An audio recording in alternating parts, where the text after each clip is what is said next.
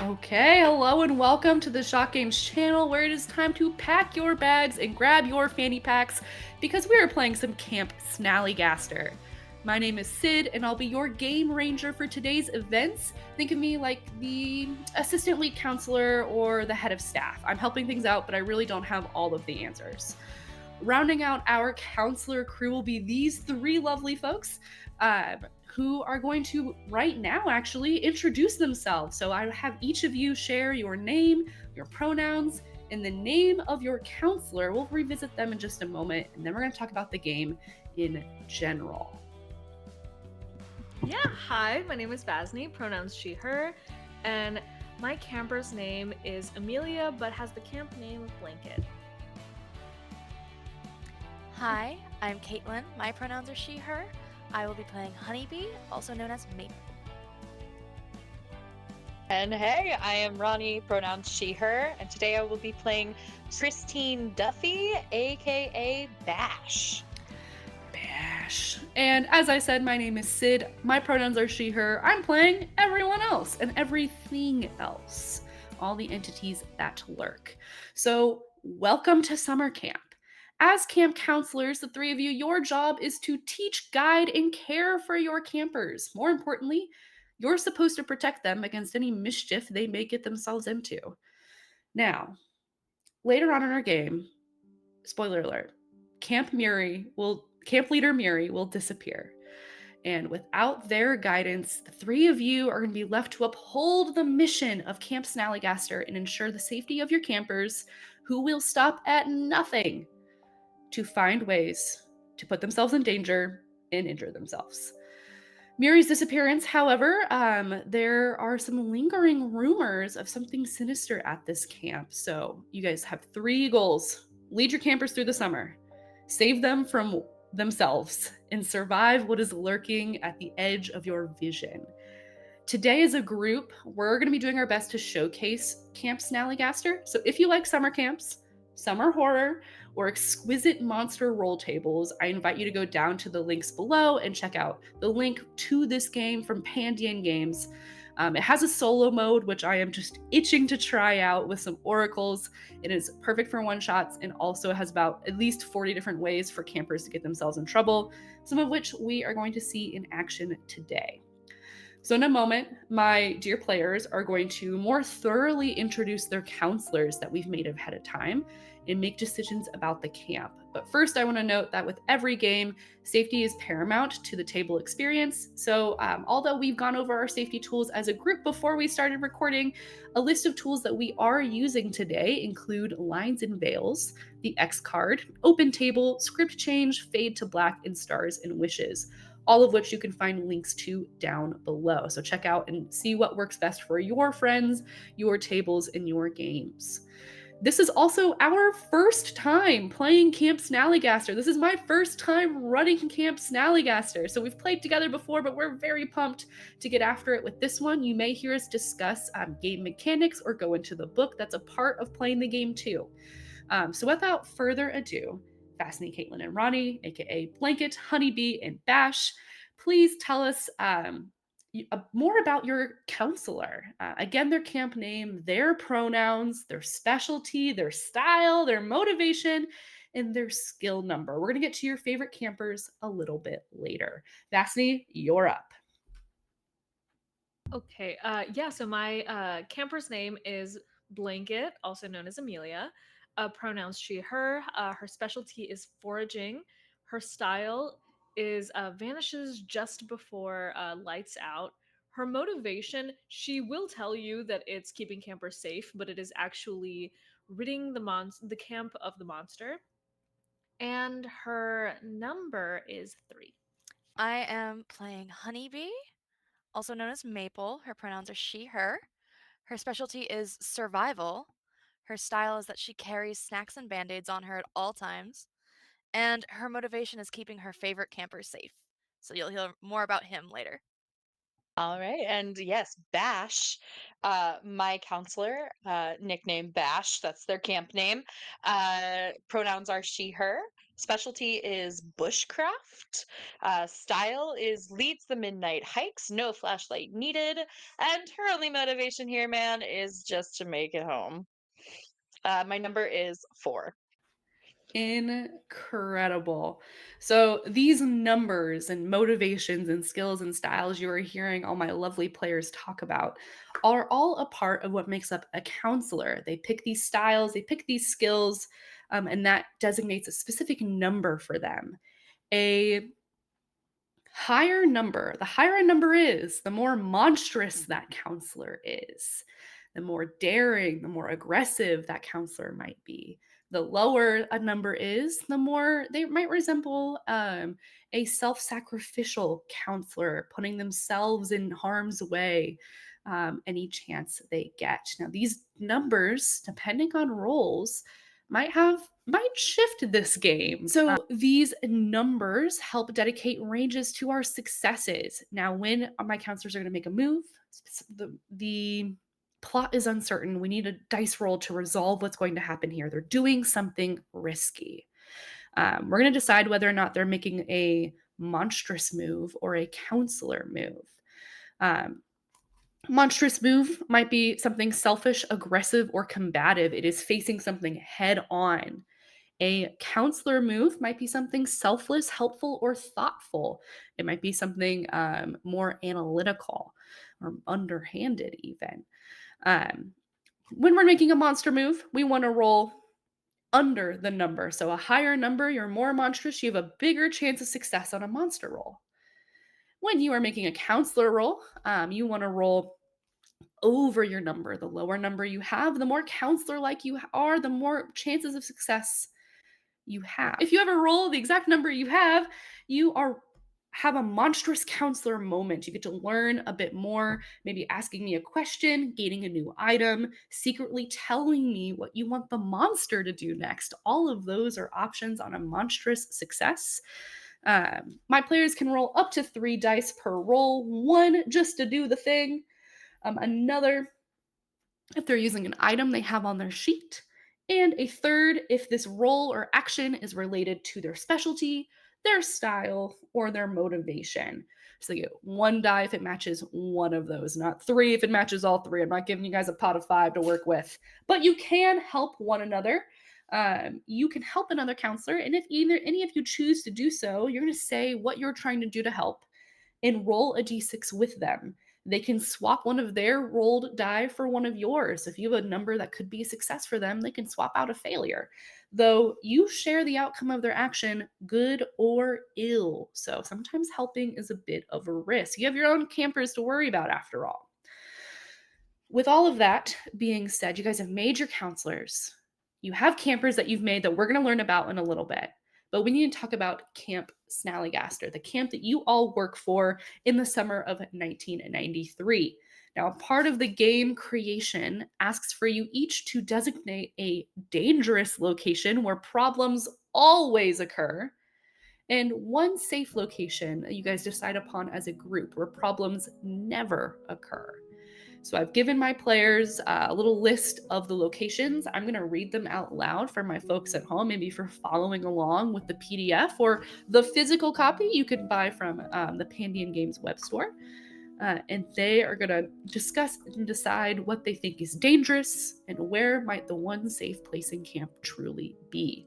These locations are the archery field, Campsite 3, the docks, Everhewn Lake, the fire pit, the flooded mine, Forest's Edge, the latrines, the leader's office, the mess hall, the old well, the nurse's cabin, the parking lot, the radio tower, and the swimming pool.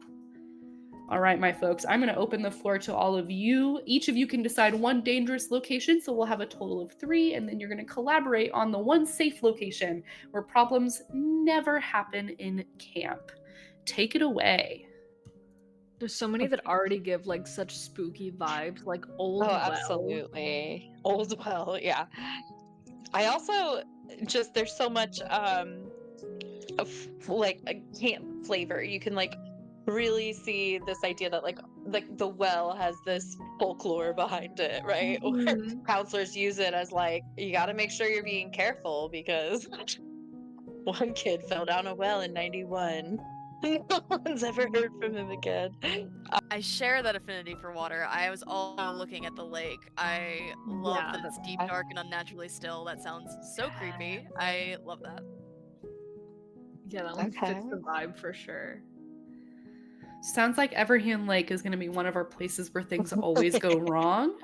Unnaturally still. Yeah, that Yeah. one sounds really cool. I also like the radio tower. Was that one that you said? Radio tower? Yeah. Old radio tower. Any kind of scaffolding or structure kids love to climb, that people love to climb, right?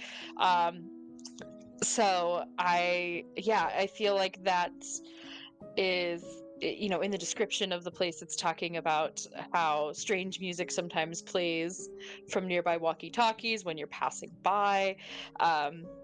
And the dirt around the hatch at the base is often disturbed, as though someone or something keeps going in. I feel like there's just so much fun for scary stories around a campfire with that, so I think my location will be the radio tower if we got the lake. Oof. Okay. This is tough, but I think I'm gonna go with Campsite 3. It's just the vibes are so creepy, and so many of them are, but I just like the idea of just like something nestled in the woods, and like it being an old campsite.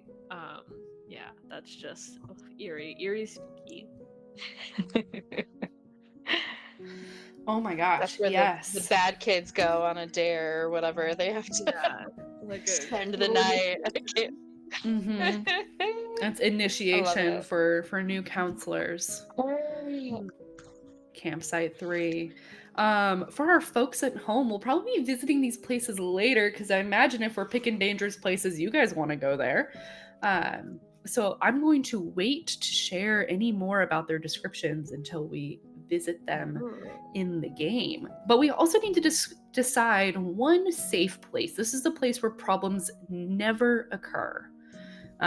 There's no danger here. Even if it is unnatural and weird, there's still, it is maybe unnaturally safe or disturbingly calm in a way that your campers and yourself are not going to have any harm unless you're psychologically inflicting it on yourself at that point.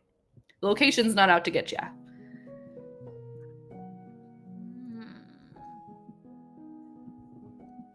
Maybe the fire pit. I was thinking fire pit too. Fire pit or mess hall stood out to me. Like it's something really like a mess hall being able to be secured and inside and large enough to hold everybody, but also just the story shimmer of like being around the campfire as a safe place is just, I love it. Yeah. Yeah. It's so cozy. I definitely agree. Yeah. And it feels like a safe place like during the night that is inherently like more scary, more spooky. So yeah, I really like that. Yeah, I love it. All right. So, as a recap, places where dangerous things always happen. Everhand Lake, the radio tower in Campsite 3. A place where danger never befalls anyone is our fire pit. That is our safe location. The big fire pit at the center of camp. Not only is it the most central location, it is the location that in your staff handbooks and in orientation for campers day 1, if you get lost, go to the fire pit. Right? It's the number one place. The camp office is right nearby. And anyone from anywhere in camp can probably see some vestige of the fire pit in the distance.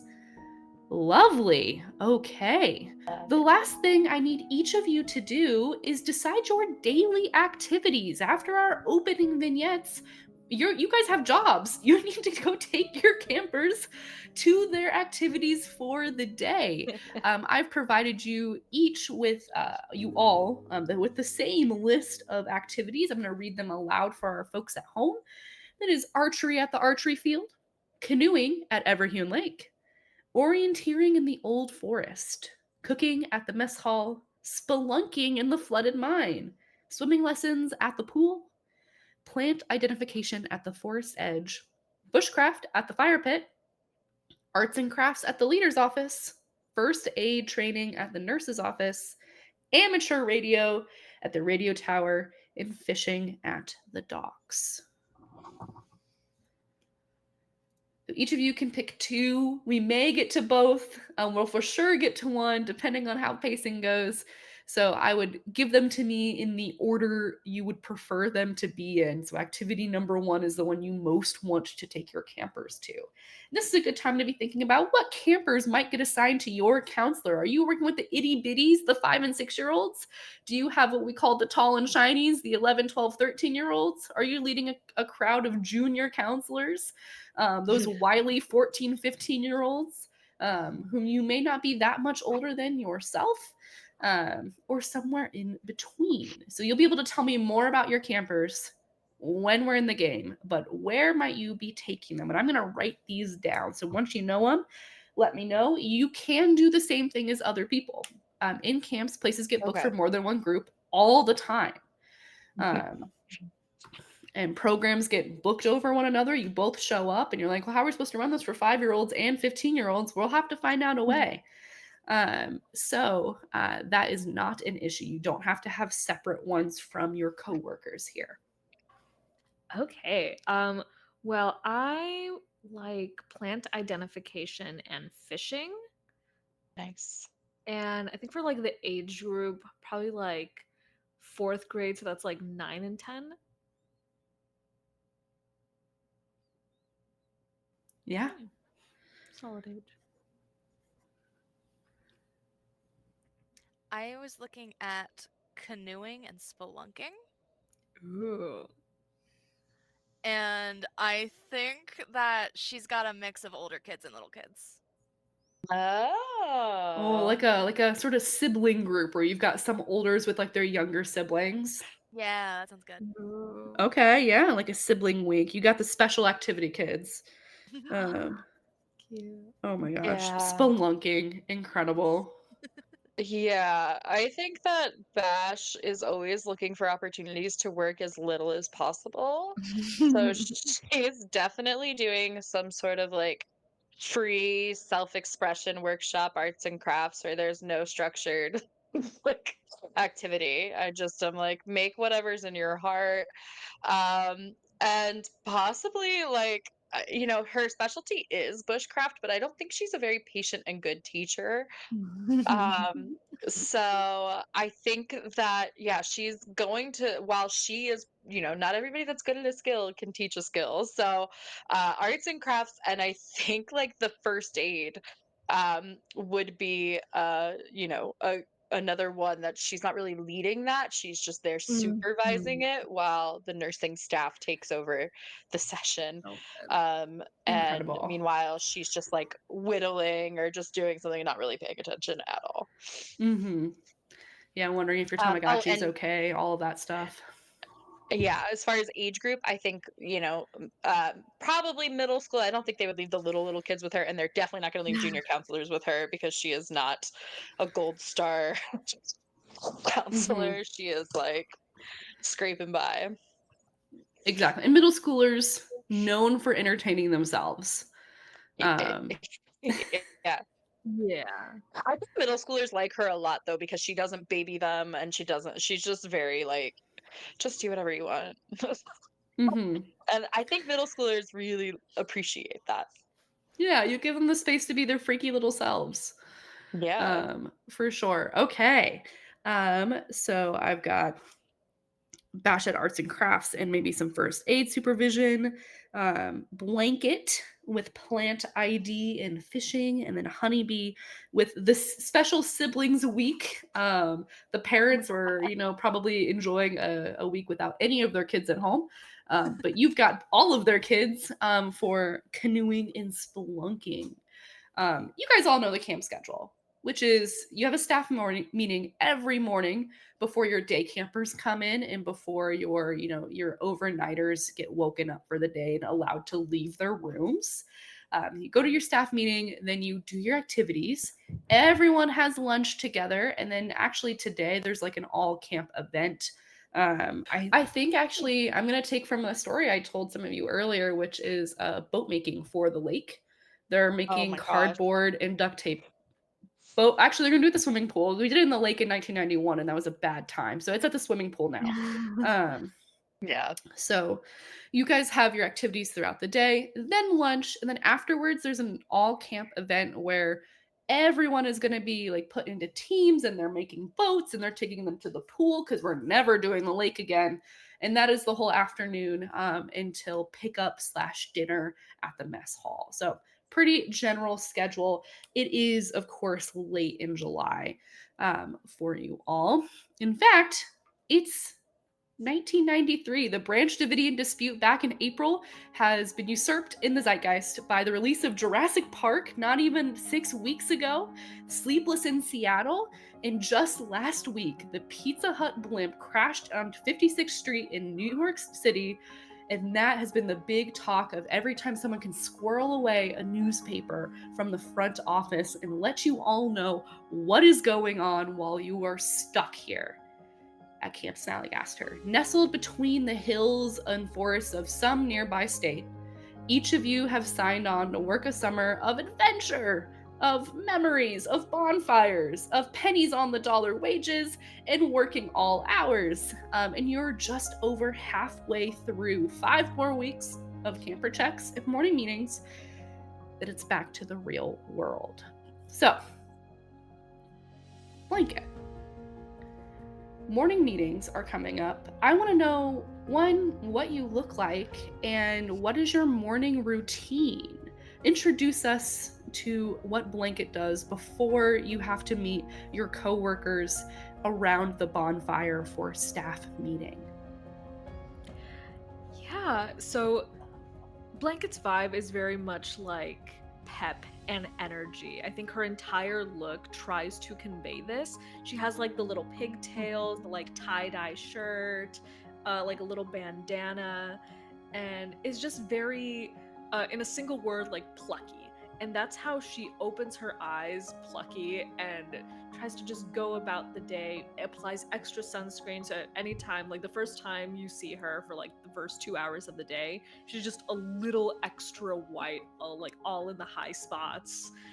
And you can't tell her that that's not safe. And that's like, if it looks silly, well, that's just a cost of, having the sun not burn your skin. Yeah, I think she just wakes up with a pep in her step and a song in her heart. So pure. Cutie. I was also an SBF 100 counselor. Did I need that? No, but for a Blanket, why Camp Snallygaster? Why work here? I think her entire family, like her older brother, her older sister, they've all been campers and counselors here, and they've all made to her their annoying little mark. Um, and whether it's being cool or setting some kind of record, and she feels like she can do better than that. She's got the spirit, she's got the spunk, and so she wants to make her mark just like they did, and have a story to tell at the dinner table that they can't like elbow their way into like usurping her. But I have siblings. I get it. Yes. Wonderful. So you pep right energy right from the start. You're waking up your campers, whether you've got day campers or overnighters, they are not ready for this level of energy yet. As you get up and get going and make your way to the bonfire, seeing places that you've heard stories about, carved names of your siblings into wood paneling that gets painted over, but you can still tell it's there, and things of that nature. As you arrive to the bonfire, our camera sort of shifts through. It's kind of a gloomy, rare, cloudy day at Camp Snallygaster as we set our sights on Honeybee. Now, Honeybee, what do you look like? And how do you approach getting ready for a staff meeting early in the morning, late in the summer? So I think as the camera pans towards Honeybee's bed, you would find that the bed is empty because she has been awake for a very long time now. She is currently standing outside of her cabin with a trumpet. Do do do do do do do do do do do do do. Good morning, campers! I can't believe you're She waking them up this early. This is incredible. Well, of course, you don't wanna miss out on the day. So, Honeybee has, like, very long flowing blonde hair, green eyes that are shining to the moon and back. She is so happy for the day. You hear sibling pairs like groan. The younger ones are excited. Well, wake up, Trevor! And like, shaking their older siblings. The older ones are like not ready for the level of this. And some other counselors on their way to morning meetings are like, the trumpet again. Where I thought we hid that. And yet you found it and you have it and you're playing it once more. You're waking them up and then you're going to your staff meeting and then coming back to start your activities for the day. Incredible. Man, a brass choir hates to see you come in.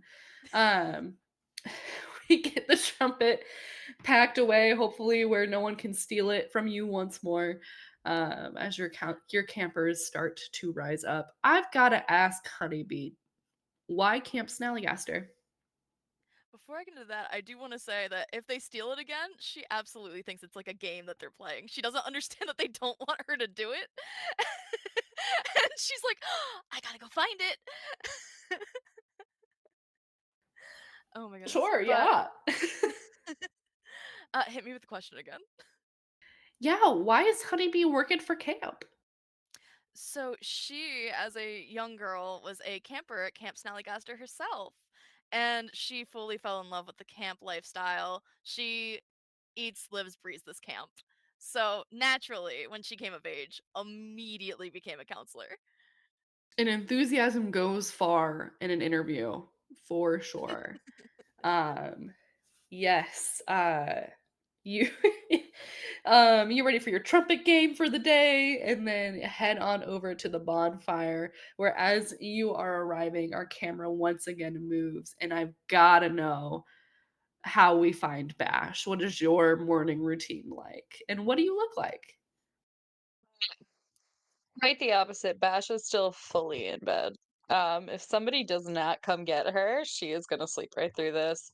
I think that she has the ability, like, she is sleepy in a way that no trumpet can disturb her slumber. She needs to be like physical contact to get her up. Um, and I assume her friends would know that, but yeah, she is pretty disheveled. Like she is always kind of half put together, but it really works for her. She is tall and lean. She has a very what's the word I'm looking for? Like just very like ponytail chopped off kind of short hair. Um Dark short hair. She's always wearing like ombre tinted kind of aviators. She dresses to camp dress code in that she wears her like counselor shirt, but she usually has a flannel either tied around her waist or on top, ripped jeans, cuffs her shorts if she we have uniform shorts. She's always just trying to add her own style to the camp look, um in with little bits and pieces. uh she has a couple stick and poke tattoos that you can see maybe on her wrists or right above her elbow. She all around looks really cool, and she probably makes parents nervous on drop-off day. Yeah, 'Cause she does coincidentally, not have the energy that Blanket you and Honeybee have. you always get staffed just to like point cars down the road instead of like at the check-in spot, you know? Uh, Yeah. She's just, like, lazily, like, uh, yeah. And parents just assume it's because so many parents have gone the wrong way, and that's the reason. But it's been a it's very long summer. yeah. Very long summer indeed. I've got to ask you, Bash, why Camp Snallygaster? I feel like Bash asks herself this question often as well. And the truth is that she has a little bit of a rough exterior. She wants so badly to be cool and aloof, but inside has that little small, the small teenage desire to be accepted and to have a group of friends. She came to Camp Snallygaster against her will last year, and she actually managed to make a couple friends, even though Blanket and Honeybee's whole energy seems really in opposition to her. I think that they were just very nice and genuinely seemed like they cared about her, and so she came back. Um, so yeah, I think she's just here because it's a place where for the first time perhaps ever she felt like she made some friends. So, Yeah, and camp will do but that. yeah.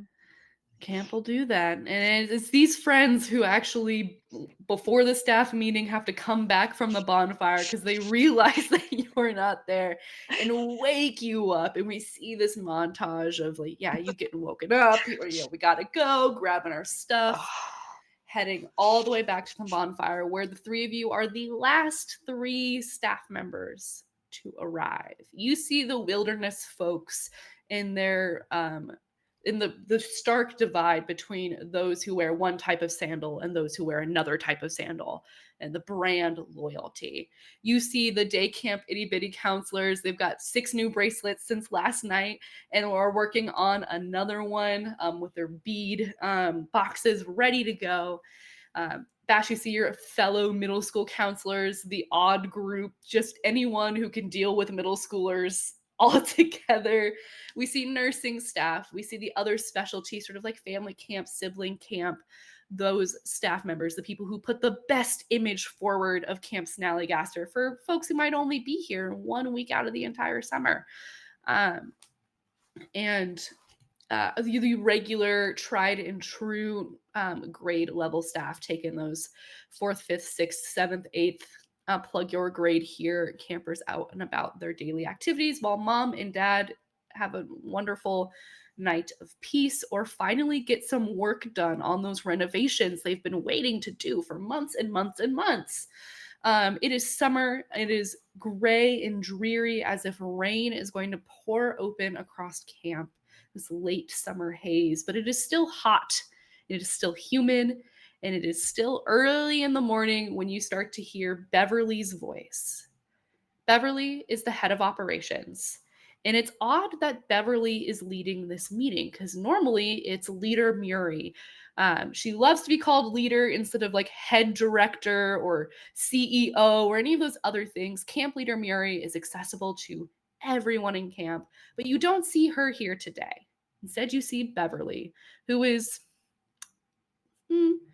saying she's in her 70s is generous. And if you tell her anything else, she'll be very upset. And she looks like she would rather be doing what she does best, sitting at the giant computer in the head office with a cigarette, as she's sitting here with what looks to be Leader Murie's binder and a scowl upon her face. Good morning, everyone. Welcome to staff meeting. I know you're expecting Murie here, and I'm sorry to disappoint, but you got Beverly. Morning Blanket, Honeybee, Bash, Toilet Seat, the rest of you. All right, let's get to it. Let's supposed to be on this I look agenda over at here. Toilet Seat and I just He should have been done what he did. Shouldn't have moment of done what he silence. did. A moment of silence for toilet seat. Because as you guys know, you each got your camp name at some point, Yes. and your name sticks with you. So I would love to ask each of you how you got your camp name, and we're going to decide how toilet seat got his camp name in just a moment, as well as Beverly is just kind of going over assignments and rosters for the day, all the stuff we can skip because it's already in your binders printed off for you. So, Blanket, how'd you get the name Blanket? She'll say that it's because she's such a warm person that wraps people in safety and embrace. Um, she thinks that the rumor that it's because she is a wet blanket is nonsense, and I've never heard anyone say that to me. Um, but yeah, she's just a very warm person. Yeah, sure, yeah, absolutely. Yeah. Honeybee, how'd you get your camp name? So she definitely thinks it's because she's as sweet as honey. But I think the campers chose it because she's constantly buzzing in your ear very annoyingly like a bee. Incredible. Yeah, and your trumpet playing in the morning is not helping with that at all. Not at What do you all. mean? Bash, how'd you get your camp name? Oh, it's a little bit multifaceted. So, Bash came summer '92 um, to basically make a little pocket money. Her parents were like, "You have to find a job. This is a great job, and you also need to just learn responsibility." And um, so, getting some cash was probably her motivation. She didn't really engage through most of her first summer, I think.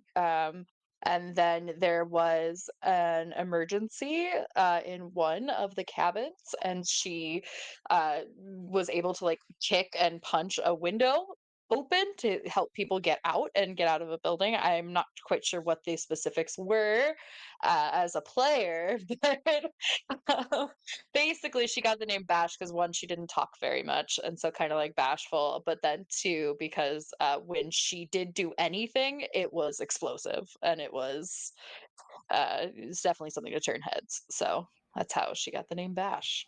For sure. Um, I don't know. What do we think about toilet Yeah. seat? I had the idea of, because yeah, I like it being something that he's proud to be toilet seat. Toilet seat is a badge of Yeah. honor. So I was thinking that like maybe somebody got like stuck in the river, and he's looking around for like to help some way, so he tied like rope to a toilet seat, swung it out and reeled them back, and was hailed a hero. Yeah, toilet seat. Wild. Approved. Yeah. Yeah. That's Yep. great. Just, yeah. Yeah. Toilet seat's a badge of honor. And some other stories spin up time to time about why he might be called that, but Yeah. um, Yeah, yeah. Bash might have heard that. Yeah, like like didn't he get stuck to a toilet seat or like he just carries one? I don't He's a know. hero. Uh, right. He's a hero. He's a um, hero. Toilet seat's a hero. this is toilet seat's last year of being a counselor. But before we Yeah, move on from toilet seat's staff, like 23. He's starting to he get to the age needs where to it's like, go. you gotta go, buddy. You're Van Wilding. Like Camp Snallygaster. You gotta grow up. Beverly's his like great aunt, and that's why he hasn't left yet. Oh. Well, as I was saying, everyone, I know that last night's lockdown came as a bit of surprise, but you can rest easy. It was just one of those unplanned but yet secretly scheduled tests of our preparedness. Now, I think those tests were starting to stress out old Murie because apparently she decided that she didn't have to come to work today. So now I've got to do her job too, which people quit all the time. You're all still here, so that's why yous are my favorites. All right, so don't worry yourself about Murie. I'm sure she'll turn up, and maybe she went on a bender, or maybe she, decided she needed a change of life. Maybe she's just sick or something. But if you see her, don't hesitate. Hop on channel 14. Give me a ring so I can go talk some sense into her, because her binder's a right mess. And I just don't understand how she's organized it. So as I was saying, you're going to take your kids throughout all their activities. Of course, come back for lunch. And then we've got boat races in the afternoon. Make sure you tell them how exciting it is. I know that their boats are probably going to sink, but they don't need to know that until they get there. This is a great way for us to use up all of our materials that we would just throw away, because it costs a lot of money to get the recycling truck up these all bad roads.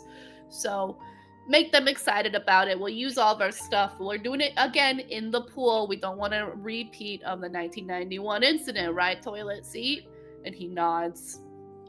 Of course. All right. Are there any questions before we finish this off so I can go have a smoke? Going once. Yeah, yes, Bash, dear. Can I have a smoke? No. Okay. I mean, when you're not working, then we can talk. I signed a letter this year. I can't give them out anymore. Awesome. Bash is just staring at her, and it's just like, Beverly's my hero. That is who I want to be when I grow up. Any other what do we questions? know? I guess above table, what do we know? Or below table? I've suddenly blanked. What do we know about the like camp leader? Like, is this in Great character for her to question. miss? In fact, Blanket, as you think about it, Camp Leader Murie has not missed a single day of camp. And the insinuation of Beverly's that Murie would simply just be done or quit, you know that this isn't a case of like Murie just letting the stress get to her. She would never do this. If she were really, really sick, like that one time last summer, she would have had a whole entire plan in place before she took the 3 hours off to drive herself to the ER. So this is very out of character. Something must have happened because she wouldn't just leave. She wouldn't just leave. She's definitely not cool enough to go on a bender. That whisper is going around the group for sure. Murie on a bender? I don't think On a Murie knows what a bender is. All the other kids are clutching their pearls. Bash is just like, yeah, right. So you know that this is very out of character. You also know that Beverly is spinning the lockdown from last night as a planned experience that they didn't tell any of you about because they had to test that everyone could follow all of the procedures, as if it had been real. But is Beverly just saying that? Or was that truly the intent to this lockdown procedure? You all had to take your campers back into either your cabin or the mess hall, which whatever was closer, and do a camper countdown, and then of course entertain them for at least an hour and a half before everyone was finally released to go to bed for the night. So 2 strange occurrences as Beverly is just sort of, and then just make sure that when the sun does come out today, put on your sunscreen. Probably 60% of what Blanket has on her is good enough for all of you. We don't need another incident of heat poisoning or whatever it's called. Don't correct me, nurses. I know you know what it's called, but that's your job, not mine. Any other questions, Diaz? I think Blanket's hand like shoots up like so straight, just like just very straight. And you gonna pull something? Yeah. So is there cause of concern that Camp Leader Murie's not here? I mean, who was the last person that saw her? Isn't it interesting that it just lines up perfectly with everything that happened last night? Should we be concerned? Oh, Blanket, we don't pay you enough to be concerned about what another adult is doing. Honey, you gotta tone it down. I'm sure she'll turn up. She's probably just out on a really long walk, or maybe she fell in love with a tree or something. You know how Murie is. But your main job is to make sure your kids are safe and they got a good time, okay? If we hear anything new that we think it's important for all of you to know, I will make sure I hop on channel 1, the general channel for your walkie-talkies, and I'll make sure you all know. But right now, we're not concerned because, again, she's an adult woman who can do whatever she wants, even put all of us, especially me, at a major inconvenience. Copy. You don't have to say copy every time, Dia.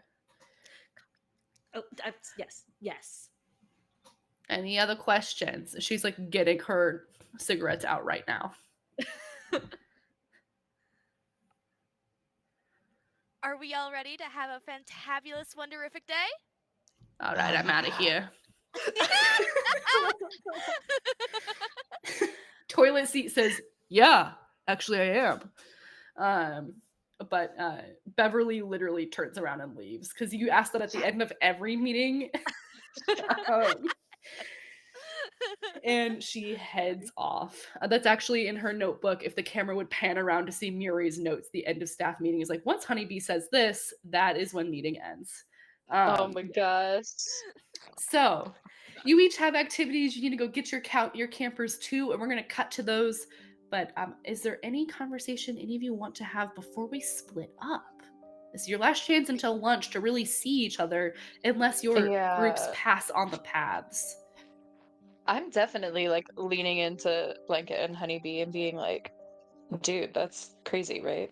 Like, That's absolutely unlike her. Beverly's awesome, but I feel like she's maybe letting her personal, feelings about having to work today, cloud her judgment, maybe? It's definitely odd. Yeah, I mean, this is incredibly unlike Camp Counselor Murie. Yeah. Yeah, I mean, there has to be like some kind of clues. Somebody who's seen her. Keep your ears perked if you hear anything, and yeah, just walkie it over. Okay. Do we all have like a secret channel we use? Six. Okay. I'll be like, just like, see you on the 33. Yes. Or whatever number. We could choose any number. I love that. See you on the 33. Incredible. Yeah, I'll check in on the 33.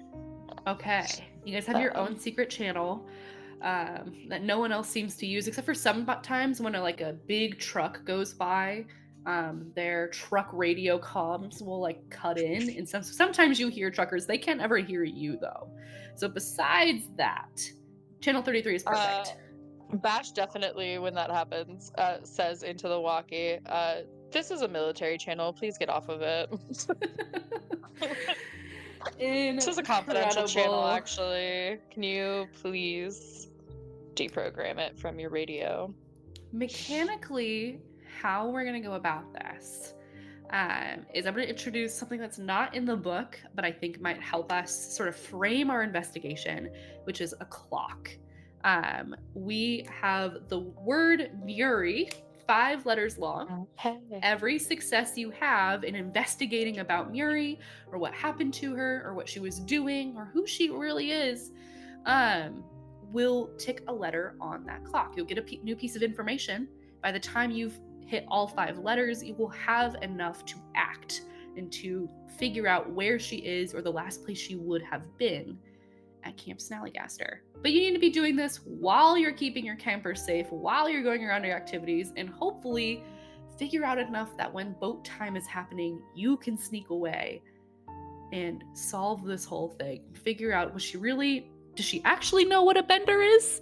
Or something more sinister happening. The clouds are starting to part. Cool. Maybe she is secretly cool. I don't know. But something is definitely afoot. As the clouds part, we see for a moment each of your shadows grow unnaturally long, and then the clouds come back together again. And we plant IDing with Blanket here at the forest edge. The boundary between camp and the deeper woods is sudden and unnerving. The trees grow too close together, their trunks leaning as if listening. Light shifts strangely here, dappling the ground in patterns that seem to move on their own. birds rarely sing, and campers report feelings of dizziness when they get too close. Counselors sometimes find footprints here, too big to be a child's, facing the wrong direction.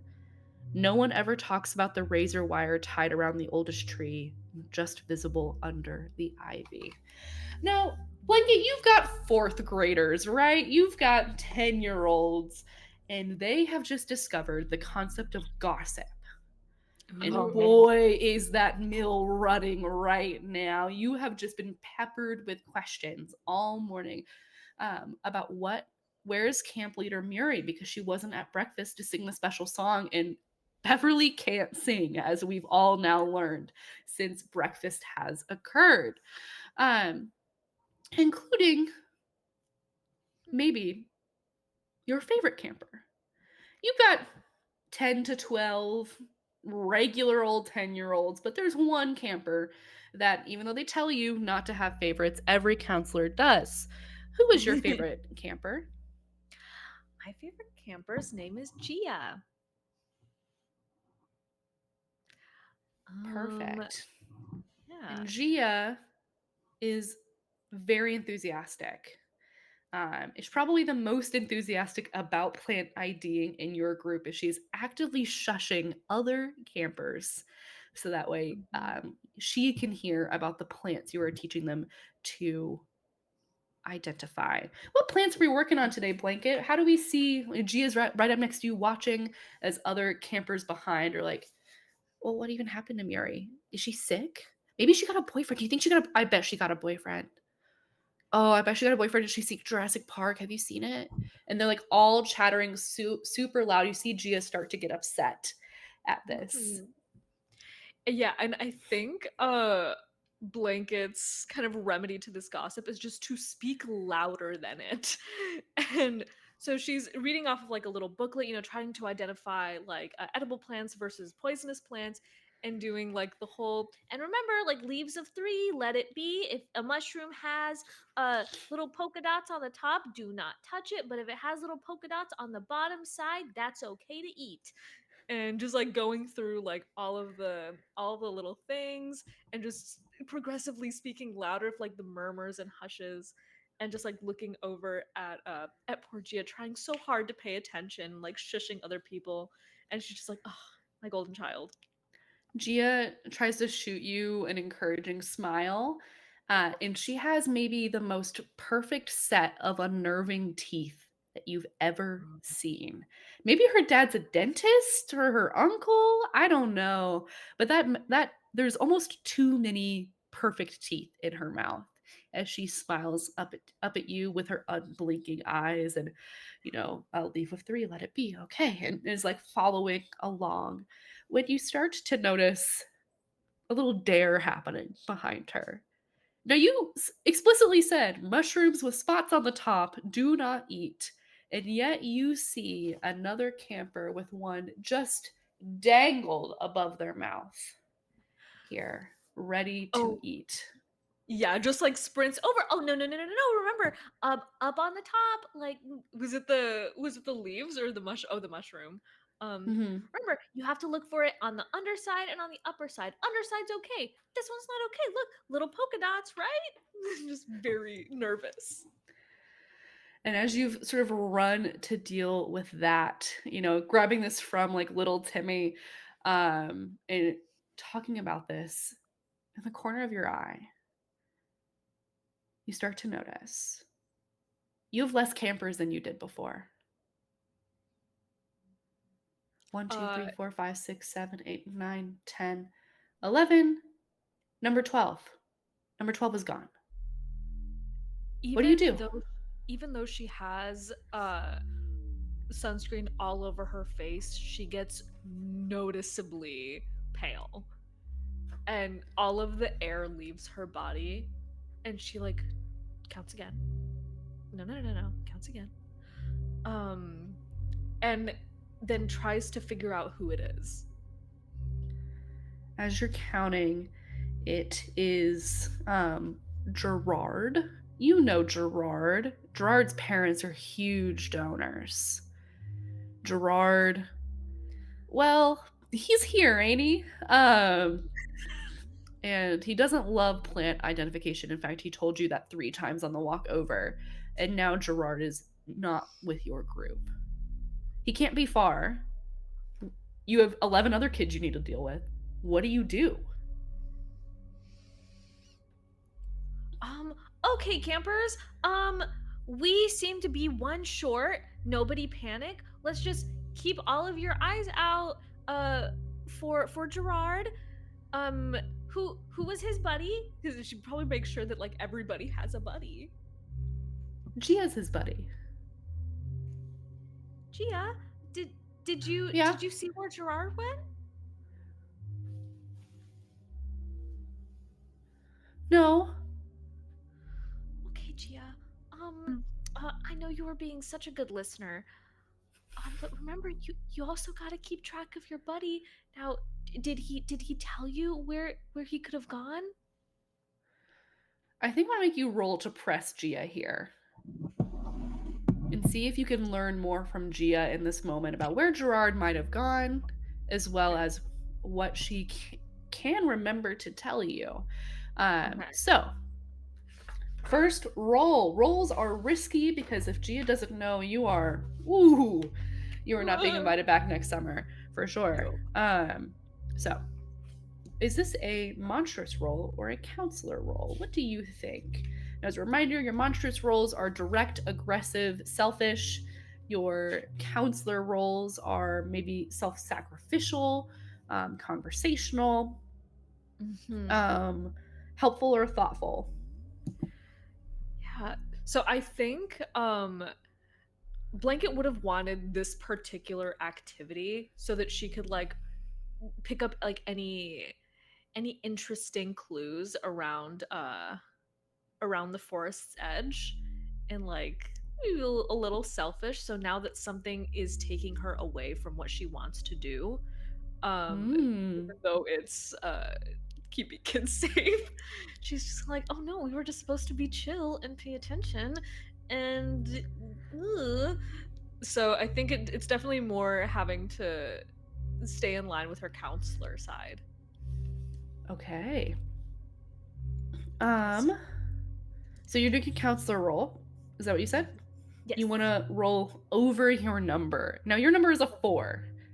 So you want to hit a 4, 5, or 6 here, because a 4 would be a monstrous counselor roll. You get a d6 for doing the action. Are you using any items from your backpack, your walkie-talkie, your sewing kit, your first aid kit, or your baggie of medicines? Oh, could I use my walkie-talkie to see like anybody who's like in the area that has seen this camper? Okay, yeah. Using your lost camper code, see if anyone has already found Gerard somewhere. Sure. Based off of what you hear from Gia, I'll allow that. So you have 2d6. Now, is this related to your specialty, your style, or your motivation? Maybe foraging. Since maybe like she can kind of see the general area and see like if there's any disturbances like in the grass or anything. Okay, so you're sort of like looking around as you're asking Gia. Really, putting the onus on Gia. Well, you needed to keep track of your buddy. You say to her, as you try to get her to give you more information here, and you're sort of looking around, you're pulling your walkie out. So you're going to be rolling 3d6. You need to hit a 4, 5, or 6. Now, if one of your dice work, that is a barely managed it. You might also have a complication, harm, or cost. If 2 succeed, you did well, a clear success. And if all 3 succeed, you get a critical success and gain an extra benefit or effect. So roll that 3d6. I think to her detriment, I might just nix the walkie-talkie, because I think first she would not want people to know until like maybe Gia said something that could help her, and then like it doesn't have to be a big problem. Well, she told me. Sure. Okay. So 2d6. Take that back. Okay. 2d6. A 5 and a 4. Okay, 2 successes. And you rolled your numbers, so you have a monstrous counselor moment. So, success, you're going to be able to learn some stuff from Gia. Okay. You're gonna hopefully be able to find out where Gerard went. And you have a monstrous counselor moment. You can do one of the following. You can ask me a question and I'll answer honestly. You can gain a new item from the book to put into your backpack. Or you can secretly tell me what you want the monster to do next. Ooh. Okay. I think I'll go with a question. Sure. Did Gerard leave of his own volition? What an interesting question.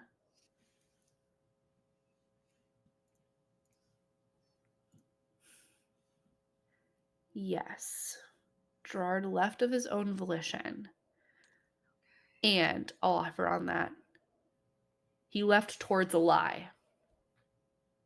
Towards a lie. Interesting. As you start to hear Gerard cry out from the forest. Gia points in the direction she thinks Gerard went, and a couple steps in, you start to hear him. Hello? Hello? I lost you. Where'd you go?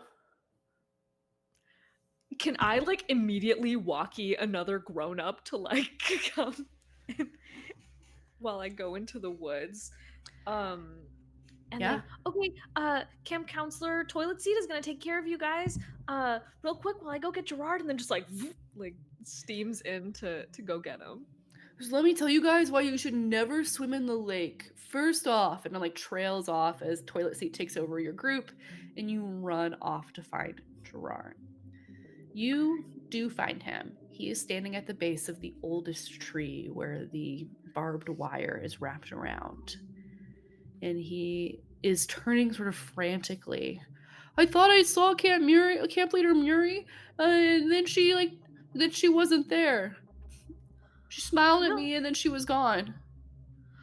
no, that's okay.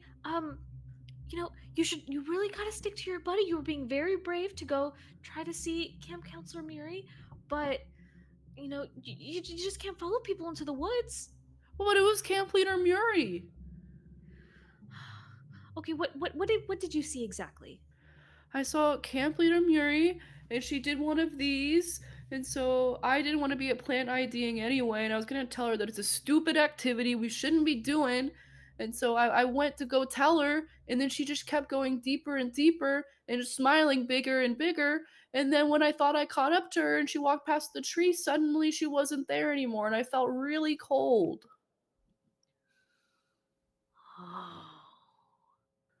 Okay, we've got to get you back to the group. You're being very brave. But remember, you just can't go into the woods alone, even if you see Camp Leader Murie. Okay, now come on. And she'll like grab his little hand.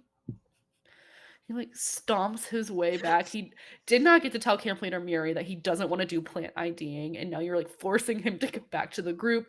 And that's why an undercurrent can really turn the tide on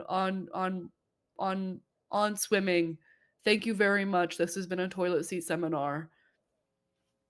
And we have crossed off the first letter on our track for Murie.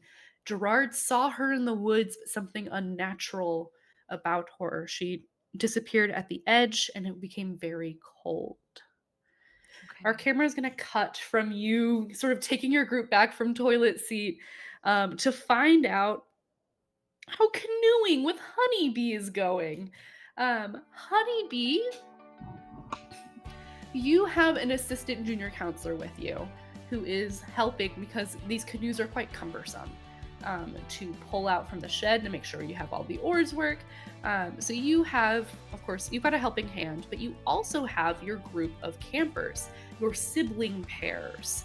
And there's one camper that you've had this week that has really stuck out among the rest of them. You want to tell us a little bit more about them? Yes, so that would be little Teddy. And he is just the cutest little boy obsessed with dinosaurs. So they got a lot of things wrong in Jurassic Park, where they said that they were supposed to be this type of dinosaur, but really, if you look at the special effects, they didn't get any of the spots right that we think were supposed to be on those dinosaurs. Oh, And that's he's like terrible. holding you hostage in this moment. Some groups have gone out and started their canoeing on Everhewn Lake, which let's learn a little bit about Everhewn Lake as Teddy continues to tell you everything they got wrong in Jurassic Park in the background. She's listening with rapt attention, by the way. Rest of your campers be damned. Here at Everhewn Lake, deep, dark, unnaturally still. The lake lies like a mirror, no fish breach its surface. The far shore is always obscured by mist, even when the sky is clear. Campers who stare too long into the water report feeling like it's staring back. Sometimes the lake knows your name, and it says it in bubbles and waves. And I hope they just make another one that's going to have more raptors in it. Do you think it'll have more raptors, Honeybee? I think it'll have more raptors. They're the best part. Raptors would be, I mean, a raptor, or perhaps like maybe Dylon Paradoxus. That would be pretty cool, because they have a Y-shaped skull. They do? That's so cool. Oh my goodness. As you are listening to Teddy just hold you hostage, finally someone is listening to him about everything they got wrong in Jurassic Park. Something on the lake takes a turn. Let me go to my problems tables real quick. Here on the lake, a group is sort of getting into the water, a sibling pair, an older sister and a younger sister. And as they do, and you're sort of you're keeping an eye, as a counselor does, you're listening, but you're also like, okay, what's going on over there? You start to see that their reflections lag behind their movements, as if there's sort of a delay on the water's edge. And they get out there and they start trying to paddle, but they don't seem to be going anywhere. And the Y-shaped skull is pretty cool because it comes all the way down to the snouts. That's really cool. Hey, Teddy, do you mind if we maybe get in the canoe now and we can go out? Oh, I told you I really don't like being on the water like that. Because what if we fall out? No, I understand, but could you maybe be brave for one day? I just really want to get out in the water, and I think you'll enjoy it. You'll get to tell me more about Jurassic Park. I will. You will. You can talk about it the whole time. Okay, where's the life jacket? She absolutely goes through the motions of getting his life jacket. So all of her campers are in these sibling pairs. Teddy is the one that doesn't have an older sibling with them. His older sibling did not come. So this is how this bond has formed of Honeybee and Teddy. So she makes sure that she gets him all set up with the life vest, that he's all safe, and then she's definitely going to get on that water to see what's going on with those two. Sure. And they have like 3-fingered hands, which is pretty cool when you think about it, because what if we had 3 fingers and he's like trying to like use his oar with 3 fingers as you get out there, and you start to notice that none of your sibling pairs are moving anywhere. And as their shadows stretch out over the top of the lake and sort of glitch back and forth, excuse me, Teddy's voice is coming in hot. Back and forth as you start clocking, counting, making sure. They all seem to be frozen except for you and Teddy. And think about it. If we had 3 fingers and 3 toes, the world would be totally different. It would be really different. And I think she's gonna try to go over to one of the boats and like nudge it, see if she can interact with it. As you do, it starts to sink. What do you do?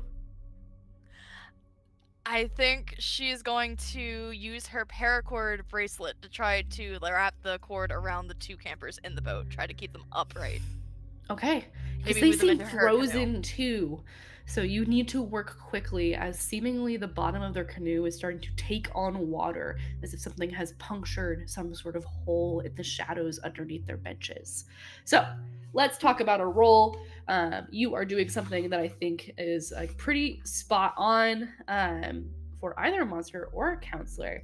I'm curious what type of role you think this is. Is this, yes, it's helpful, but it's also potentially aggressive and direct? So how do you think Honeybee feels about this action? I think it's gonna be monster. I think that it's kind of like a I need these kids out. This is a big thing. Sure. Yeah. Lovely. Okay. So it's gonna be a monster roll.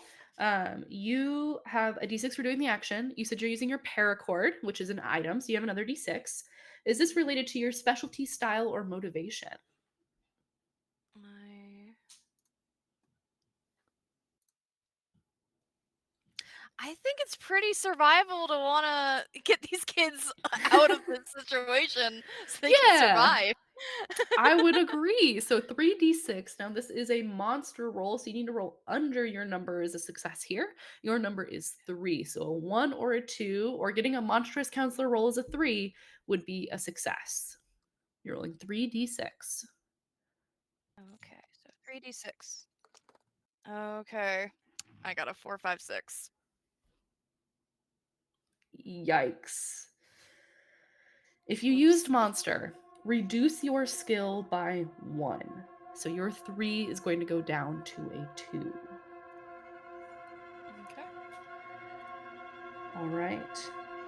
If no dice succeeds, it goes wrong. The GM says how things get worse. And I think the problem here is that it does work. You get them into your canoe, and now the 4 of you are above the weight limit for this canoe. So that boat, you got them out, and it's sinking, and quite rapidly too into this shadow. But if you try to look under the mirror's edge of this lake, you don't see where the canoe is going. But more importantly than that, Honeybee, your canoe is now starting to sink, and you've got Teddy, who is trying to talk to the other 2 people now who are frozen in time.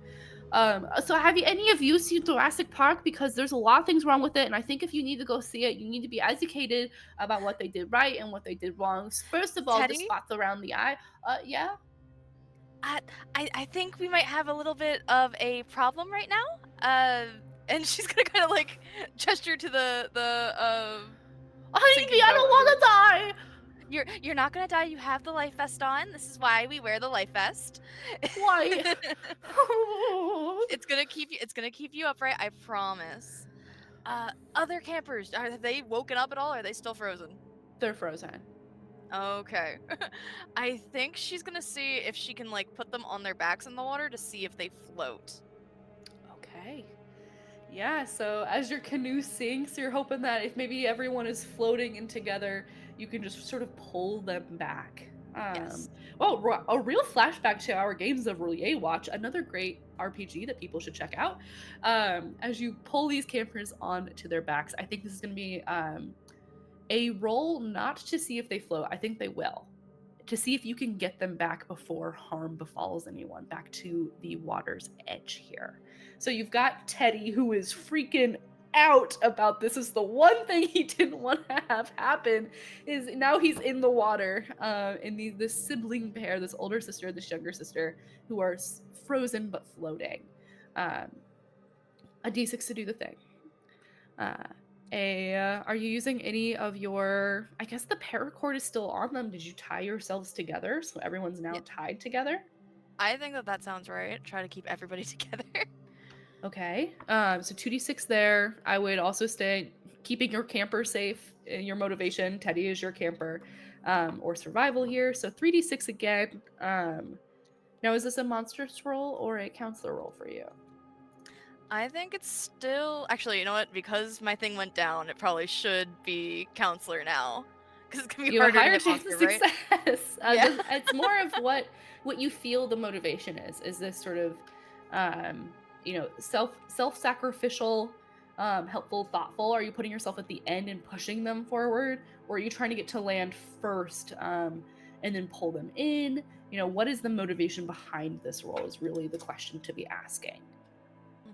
I think that keeping them safe is absolutely like the main motivation here. So I think she would absolutely be like kind of pushing them towards the land instead of getting them herself there first. Okay, so we'll roll it as counselor. 3d6. You need to hit. They just can't all be ones. Everything else can be a success here. Don't roll 3 ones. We'll see. I rolled a 2 5s and a 4. 2 5s and a 4. All successes. 3 successes. You get a critical success and gain an extra benefit or effect. So paint us the picture of pulling all your campers to the water's edge, and then I'm going to give you something extra on top. So she gets into this action mode of like, okay, Teddy, this is why we put on the life vest. You can get in the water, you'll float. She tries to talk to the 2 frozen ones. They don't respond, so she has to herself kind of scoop them up, place them in the water, so that way they are floating. And with the help of the bracelet, I think it's gonna be like a doggy paddle, but the most desperate and like I gotta go doggy paddle you've ever seen of trying to get back to the beach and eventually reaching it. As you pull each one of these kids out of the water, Teddy takes off to the shack where the life vests are, and he puts on 3 more. But these other 2 kids, the sibling pair, start to jolt and come to, as if someone has violently paused and unpaused them very quickly until they are fully back, and they seem. Oh my god! Wow. Why are we? I thought we were out. Did something happen? What? Do you guys not remember? You weren't speaking a moment ago. Are you all right? I remember we were out there. We were talking about Camp Leader Murie, and then Susan said she saw her under the water. And then when we looked under the water, and it looked like Camp Leader Murie's face, and that freaked us out. And then we were here. You saw Murie in the water? Well, I thought we did, but reflections are weird, and I can't see anything under there now. But well, that's not where the fun is. And I think she's gonna kind of turn around and look back at the water and see if she can see Murie. As you do, the mist from the far edge seems to grow thicker and more miasmic. And for a moment, you do see something under the water, as if someone had cut a hole in the fabric of reality where a person should be and just forgot to fill it back in. An inky nothingness with a row of perfect teeth. And as you blink, for a moment, it looks like Camp Leader Murie, and then it disappears. You know that what they saw was not the real Camp Leader Murie, but they definitely saw something that looked like Camp Leader Murie.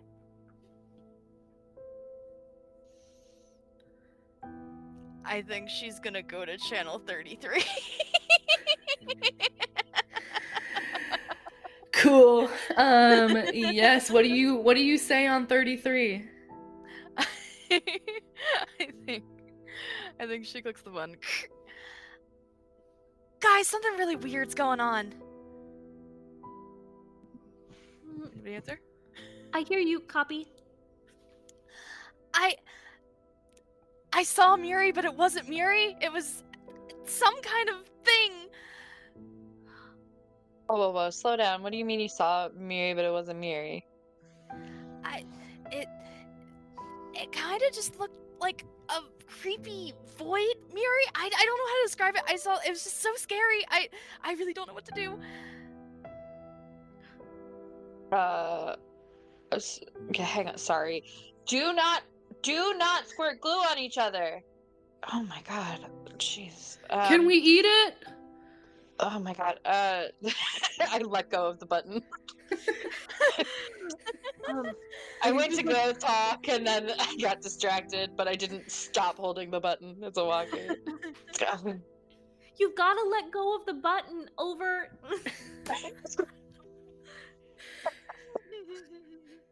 Um, And yeah. yeah, I think then she'll just go back on to like thinking through what she just heard. And copy, uh I had a camper go into the woods saying that they also saw Camp Leader Murie, but kind of freaky with like a big old smile, lure him into the woods. Over. Yeah, I think oh. Just static. Yeah, I think that maybe everyone's just the UV rays are a little high today, and everyone's just a little anxious. Uh, should we meet somewhere to talk about like when is lunch? That's soon, right? Yeah, can go over it at lunch. Yes, meet at lunch. Over. Over. Over. Stay here with Bash as you've just stopped your campers from eating glue. Because wouldn't it be so rad? Here at the leader's office for expressive arts and crafts. Crammed Mm-hmm. with maps, schedules, fading award plaques, and a filing cabinet that groans when opened. The camp leader's office is a claustrophobic space filled with papers and dust. Corkboard displays smiling camper photos, but a few are missing from their pins, leaving faded outlines and rusty holes. There's always a mug of cold coffee on the desk, and a window that never quite closes. Locked drawers contain reports no one is supposed to read. A framed photo sits on the shelf, but someone's face is scratched out, and no counselor knows who it was. You were in sort of a side room that could have just been like an employee um, staff room to the side of this leader's office, but it's been repurposed for arts and crafts because of the unfortunate burning of the arts and crafts shed last year due to a fireworks incident. You guys all remember, and now there's a new training about it and all of that. So you know arts and crafts is in the leader's office. And you've got a whole host of middle schoolers out here Mm-hmm. entertaining themselves, including one middle schooler that you might be fonder of than the rest, your favorite camper. You want to tell us a little bit about them? I sure do. So amidst the sea of raging middle school hormones and attitudes, there's one camper in particular that Bash just really sees a kindred spirit in. Her name is Ida Mayhew, and Ida is very deadpan. She doesn't want to be here. She hates being here, and she is, pretty much just openly hostile to the kids, to the staff. She's not aggressive, like she's not hurting anybody, but she's just prickly. She does like to do little pranks from time to time. She found out one of her bunkmates is really scared of, like bugs and lizards and stuff. So she's, definitely not above leaving a lizard in her shoe before, in her bunkmate's shoe. Um, she just is, a little troublemaker, and I just think Bash loves it. I think that it is a bright spot in her day to see what the heck this kid will do next. Arts and crafts is one of the few activities that she does participate in, but it's Hmm. for that purpose. As she told you earlier when she asked for the modeling clay, because they now search her, ask her to turn over any critters that she pulls in. So I just thought, like, what they can't take away an art project, but if I wanted to take it home and show my uncle or something. So I'm making a realistic lizard so I can dangle it in Susan's face later. Hey, that's Hmm. awesome. That's really awesome. Don't tell anybody I told you that. What? I didn't hear anything. Get away from me. Um, as she playfully, like, she appreciated the comment, but now you're hovering, and that's uncomfortable. Um, Yeah. Yeah, sorry. as you guys move along here, now you have a whole host of middle schoolers that are desperate to begin new relationships with one another. Oh Um, my god. One thing I forgot to mention earlier, as an extra success on Honeybee's roll, you guys have filled out 2 letters from that. So Oh, it's yeah. M, U, and R now. You just have I and E left Ooh. on Murie as we're learning more about this monster, this thing that is on the edge of camp. But you have other things you have to deal with right now. Poor Bash. Because you Yeah, they're doing actually, that thing where they're putting yeah, glue all over their hands and and then like and, like, peeling peeling it. it. Yes. God. For sure. And not only that, you start to smell something as someone has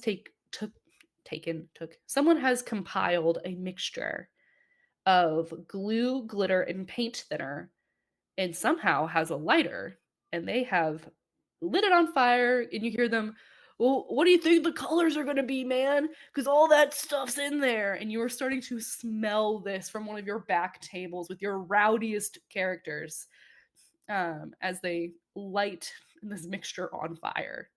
What the hell, dude? I, like, get up and try to look for is there a fire extinguisher around? Yeah, there's probably one in the camp leader's office where You all of know this I salacious stuff hate is. standing up. You know that I hate standing up, and you've made me stand up. Okay. Um, oh yeah, I'm gonna go look for a fire extinguisher and tell everybody to get away from it. But I'll Sure. go into this office, like, Absolutely. It's a mess in here because Camp Leader Murie was not known to be organized. So you're trying to figure out where the fire extinguisher is in this office. yeah, Will be a roll here. The outcome is awesome. uncertain. Is this monster or counselor?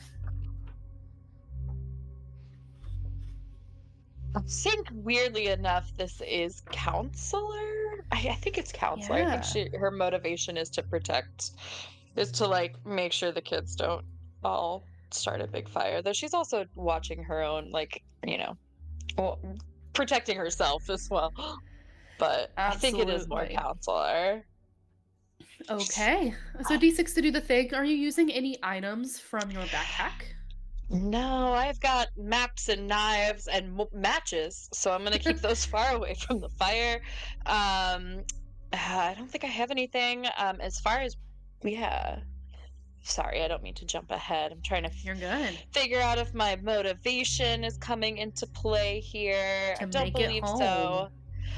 But would we think bushcraft maybe you're proficient with fires? I think So so. I it's also just as think, important to know how to use one as how yeah, to contain one as it is to make one is what I meant to for say. So sure. I would agree with that. And to your point of like, you don't want to get fired, like making it home at the end of summer, I think also works oh here. yeah. Okay. So that get those two together give you a D6. You have 2 D6 on this roll right now. Your number is Incredible. 4, so you want to hit a 4, Yes. 5, or 6. Okay. 2 4s. 2 4s and a monstrous counselor moment to you. Double In fact, fours. yes. So you're gonna succeed. You're gonna find this fire extinguisher buried under a mound of paperwork and milk crates. Yeah. But you also have a chance to do one of the following. You can ask a question of me, and I must answer it honestly. You can gain a new item, or you can secretly tell me what you want the monster to do next. What will it be? Well, I think right now this seems to Bash, although she has heard from her friends now that some weird things have happened with them. Um, but this kind of just seems business as usual. Middle schoolers, that 11 Mm-hmm. to 13, 14 range are doing dumb things like this all the time. And it happens to her a lot, particularly because she's not particularly attentive. So I think I'll take a new item. Sure. Um, I mean, fire extinguishers are usually one use. Is there anything else that I find in the chaos that is What a Camp great Leader question Murie's to ask office me, and one that I was that, like, hoping you catches my would. eye and being like, "Oh, I'm coming back for that once I try to get the fire out." Yes. Now you haven't been in here very often, and you knew it was pretty Yeah. messy as you're sort of knocking things over and moving things around. You find the fire extinguisher. And behind, like around the corner from that fire extinguisher, as you turn around and sort of stand back up, because of course it was like under a desk, under a table, around the thing, just absolute fire code disaster waiting to happen. Yeah. Um, you notice that there are burn marks in the carpet here. And the more that you sort of kick papers around here, Bash, this is some sort of occult sigil or symbol. It is very particular burn marks here, taking up almost the whole floor. Maybe that's why she kept it so dirty. Um, Something unnatural was either called upon here or connected to here. This sigil on the ground burnt into the rusty blue carpet of this office. Um, was Camp Leader Murie into black magic? Because that's what this is kind of looking. The candles are all black in here. Now that you look at it, um, and there's a sigil on the carpet on the floor. Now that you were kicking these papers around, this room was used for something outside of the realm of Interesting. regular reality here in Camp Leader Murie's office. I think Bash is kind of hypnotized by this for a moment. It's one of those things where I think she's like, "Oh, great, like, your floor is ruined." But then she notices it like continues, so she's now intentionally uncovering it to get a better look at it, which is not what she should be focused on right now. She's kind of like holding the fire extinguisher and just like looking at it for a moment, perhaps a moment too long. And then is like shit and like rushes back out the fire extinguisher. They're feeding more pieces of paper to the fire right now that they've started to keep it going. It is some sort of unnatural green color, this flame, with the paint Ooh. thinner and the glue and the glitter and Oh. the other stuff that they've poured in here at this point. It smells awful. And the little bits of soot they're able to get, they're like marking their faces with like little warriors. Oh Uh, my god, get out! Get out of here! I like start firing and telling the kids to get out of the Killjoy! leader cabin. Yeah, okay. They all fuddle out.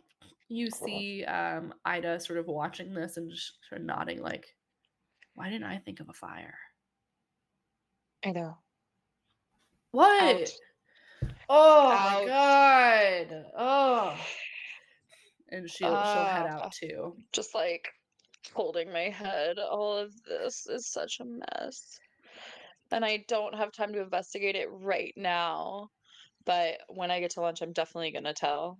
I'm gonna tell Blanket and Honeybee about that weird occult circle. But as bad Yes. as she is at her job, she's not gonna blatantly leave the kids alone for an extended period to investigate. So we're gonna just go find a different activity.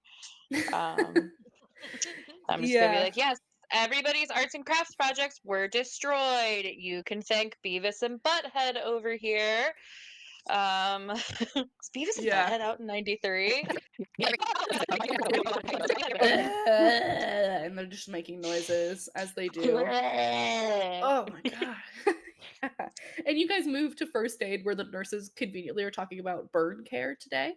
Um, and we montage through some first aid. You did mark the eye on Murie finding that stuff in her office. So we just have Incredible. E left. Next time we see each of you, we're all back at the fire pit. Lunch is outside today because the mess hall, well, you guys know what happened in the mess hall. All the floors have to be redone now. So lunch has been outside for a few days after the whole food fight incident. But the fire pit, The heart of camp after sundown, the fire pit is a wide ring of charred stones surrounded by old log benches, their bark long worn smooth by damp shorts and nervous hands. During the day, it's just a circle in the dirt. But at night, when the flames rise and stories fill the air, shadows dance in strange ways. The ashes never cool completely, and if you look closely, you'll find bits of bone and melted plastic lost to summers past. Some counselors swear the pit shifts ever so slightly when no one is watching. There are easily over 100 squirmy, nervous bodies, all with a sack lunch prepared by the mess hall, a deli sandwich or a peanut butter and jelly of indiscriminate age, a fruit that, well, it's there, ain't it? A bag of chips, and a milk carton. Um, that several itty bitties are really struggling to get open, as other kids are opening theirs, and some middle schoolers, of course, chugging or pouring them on each other, that sort of thing. As counselors are given a reprieve, the junior counselors have to be lunch monitors, so you all get a break. How great! You just have to stay nearby in case anything happens, like again, the food fight incident in the mess hall. So you're all at lunch, but you don't have to be with your group of campers specifically. And you have plans to meet up. We heard on channel 33 a bit earlier. So I think right now, both Blanket and Bash, you are seeing Teddy hold Honeybee hostage. And so, like I was saying, like you have to think about whether the feathers or it was scales, because if they were feathers, think about how many dinosaurs would have had feathers instead, and what color were those feathers? Because feathers would just deteriorate, and then we wouldn't know what color the dinosaurs are. And that's why Land Before Time really got a lot of their factual information wrong about Littlefoot. Do you think that they would have looked better with feathers? That's not about what I thought would look better. It's about what's accurate. It's about That's absolutely right. You always want to be true to yourself and true to life. So I think that maybe they should have had feathers. You're right. You just always want to be right. Like I love being right. Hey, true. Have you seen I don't remember Jurassic your name. Park? Yeah, it kicks ass. Can yeah, emergency counselor business. This They way. said ass. And well, now you did too. Tell Teddy, on you me, and don't I'll say that. tell No, on you. Let's go. Teddy, it's okay. No, no, it's okay, Teddy. No, it's okay. No one's mad at you. Um, I just gotta go over Jeez. here really quick. Teddy Yeah, it's runs an over and emergency. finds Gia, who no one is sitting near. There's a wide berth so Teddy can like freak out in peace. As Gia Aw. smiles with her too many teeth in her unblinking eyes, and picks apart her sandwich bit by bit. I think Gia would have or Blanket would have left Gia with like seeing all of the little mushrooms that they did end up picking, all of the edible things, and being like, see, now you get to have a little bit more flavor for your lunch. And then just saw Teddy coming over. She's like, okay, now I'm not leaving her alone, so bloop. Yeah, the camera sort of, as you guys are leaving, we see Gia take each mushroom and like just lick it and think about it, and then like crush it in her hand and then like let it fall to the ground. So have you seen Jurassic Park? And then it like fades from Gia and Teddy. Oh my gosh. We get caught back up with the three of you. Oh man. Okay, so um I am trying not to be an alarmist, but I was just in the leader cabin and I don't ask why, but I need to find a fire extinguisher. I'm sure Beverly will talk to us all about it tomorrow. Um, but I found something weird. It was like a circle burnt into the ground.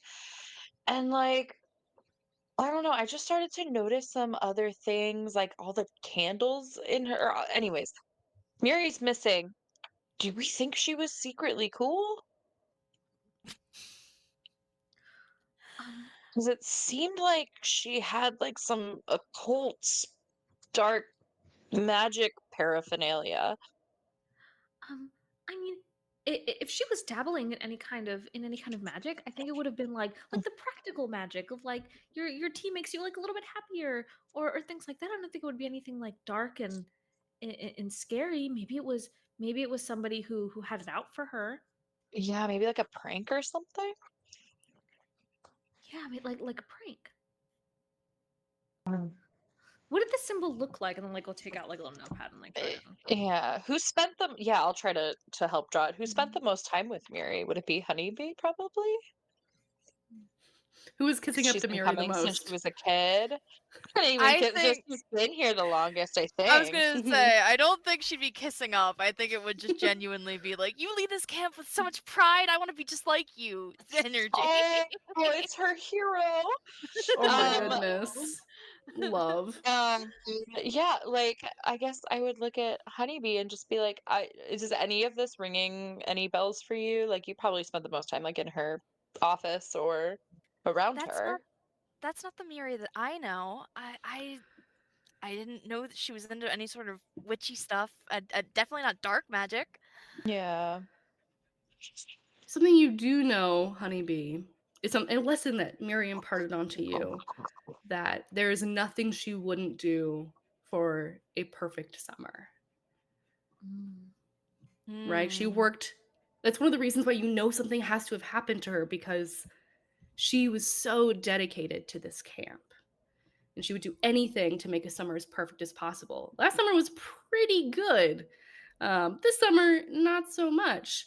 So even though, yeah, like you don't remember there being any cult symbols or any like black candles or her talking about, you know, ritualistic blood or sacrifices or anything of that nature, you do know that she would do anything for camp, Mhm. because you would do anything for camp. She does have like an unnatural zeal for camp. I mean, she's a little intense. I agree that, occult witchiness wasn't really her vibe, but is it possible? I don't know. Maybe maybe she thought that somehow that would help the camp. I don't know. Oh, Oh, gosh. I mean, it just seems so out of character for her. And but I do agree that it seems very suspicious with everything going on. And then what we've seen and like gestures to Honeybee in those like weird versions of Muri. Well, I didn't see the one in the woods. Um but it was described to me and it just seemed very very unsettling. It's Yeah, does stuff like this happen at the camp all the time? Like weird stuff? Is that a normal thing? I would say for those of you who've been here before, not this level of weird. Weird things Okay. happen, right? Like the radio tower sometimes plays music, like Okay. those, Yeah. the lake, the mist never clears on the lake, but like Mm. entities besides the ghost of the mess hall that started the food fight, few and far between. Is there like a camp legend or something like that that's like or like a ghost story that takes place around the camp? You know that I think you know of some, but you know there are some that the oldest camp workers do not say anymore. There might be some things that like people like Beverly or Toilet Seat might know and choose not to share.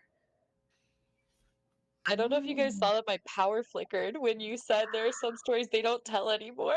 Stop. I called your Very power company and I said, "Do me a solid." Oh my gosh. That really Yeah. set the mood for me. I was like, Ooh. um, So yeah, you know stories, but there's also the rumor that there are some even the oldest camp staff dare not to say. Yeah. I think It's probably Blanket would have heard some well like heard her siblings like murmuring but doesn't know like any full stories because they're elitist to her.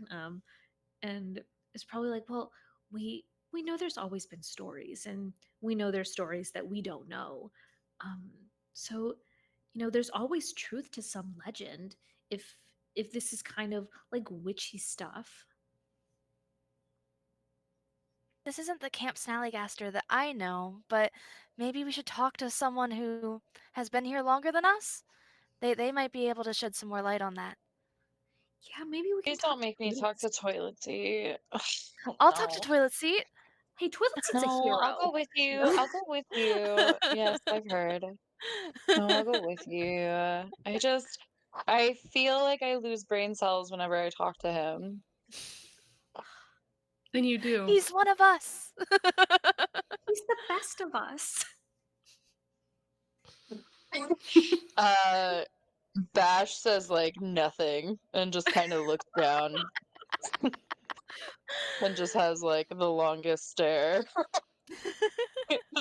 with the idea that Toilet Seat amongst us, her peers, is the best.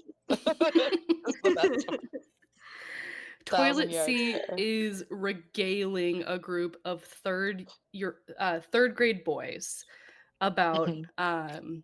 how they used to do an activity called archery tag, but it got outlawed. Um, Oh.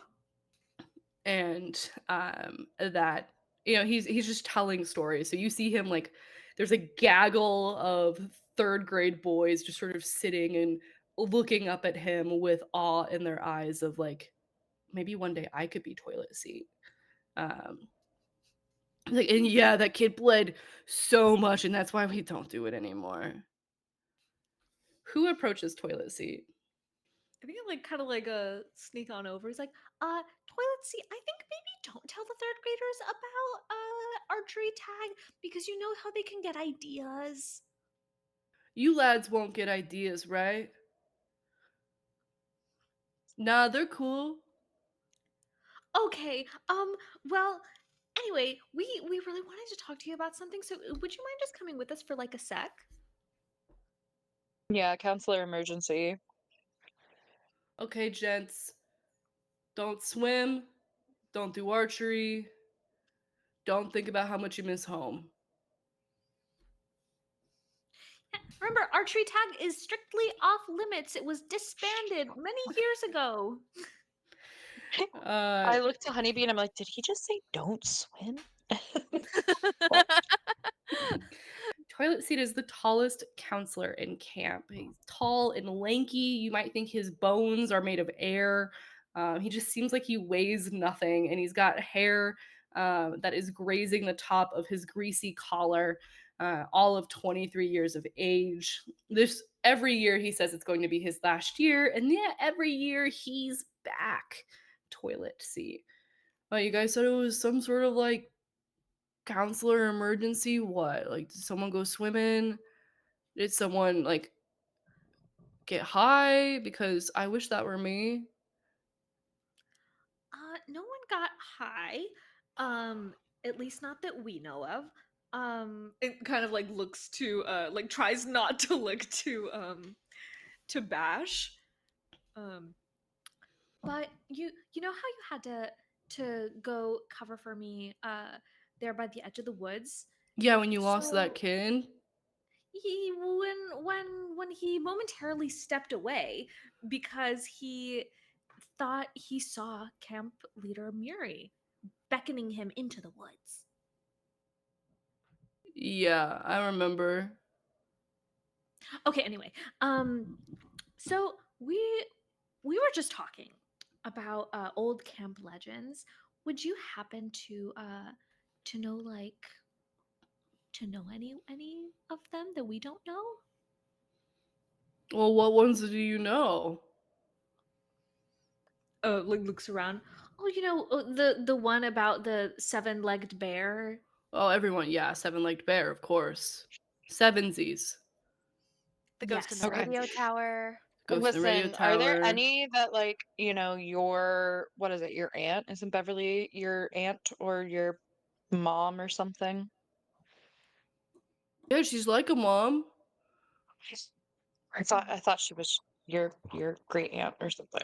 That's Um, true, but uh, she's like a mom, yeah. Gotcha. Are there any that she has like strictly forbid you talking about or all of us talking about or like give us the good stuff, the stuff we wouldn't have heard, the stuff that you might get to hear because of how long you've been here. Well, first of all, like, Great Aunt Beverly doesn't control me. I'm my own person.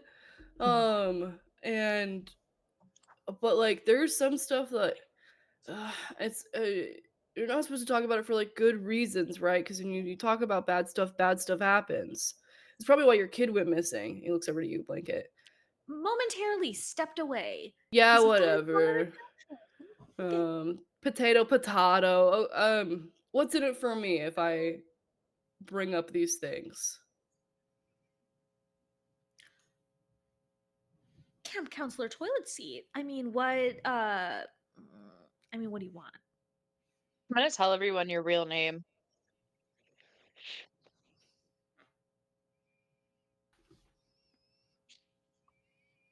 He goes pale. He was about to name off his list of demands, but as you say, I'm going to tell everyone your real name. You see him straighten and shift. Bash, I'm going to make you do this roll. As you threaten for his Okay. name um, to get what you want here. Is this a monster or counselor roll? What do you think? Monster for For sure. sure. Yeah. Yes. Can I help? Yes. I So you'll think roll like a her older 1d6. Oh, so sorry, go ahead. I think I would just say just like help by like knowing like her older siblings would probably have known his name. And yeah, just Mm-hmm. work on that. His blackmail Yeah. toilet seat with his And real by name. everyone, I absolutely just mean the campers because he just walks around with this nickname like such a badge of pride. So it's not an identity thing. It's just Not my like lads and gents. you Oh, don't want everybody to know your real name because you feel like it'll take away from like your stardom. Um, reading him like a book. Okay, D6 for doing the thing. okay. Are you using any of your items here? Um, no. Yeah, again, I'm not gonna pull out a pocket knife and threaten or anything, and all my stuff is pretty survival Okay. equipment. And then does your specialty style or motivation help you here? My style is leads the midnight hike, no flashlight needed. So I feel like Mm-hmm. there's just a confidence that Bash has that uh it would be really hard to like I think she has a great poker face. So if it's an intimidation thing, people are like, "Oh, she's serious." Like I Yeah. think she's really good at holding down, even if she has no intention of doing what she said. Um Mm-hmm. she's got the confidence to back up. Yeah, he believes that you are going to do this for sure. Yeah. Because his celebrity status of toilet seat has never phased you before. So I would say, yep, 2d6 on that. And then Vasny is rolling a d6. And if you like the number that they rolled better, you can swap it out for one of yours. You want All to right. roll below your number. I did not. I got 2 5s.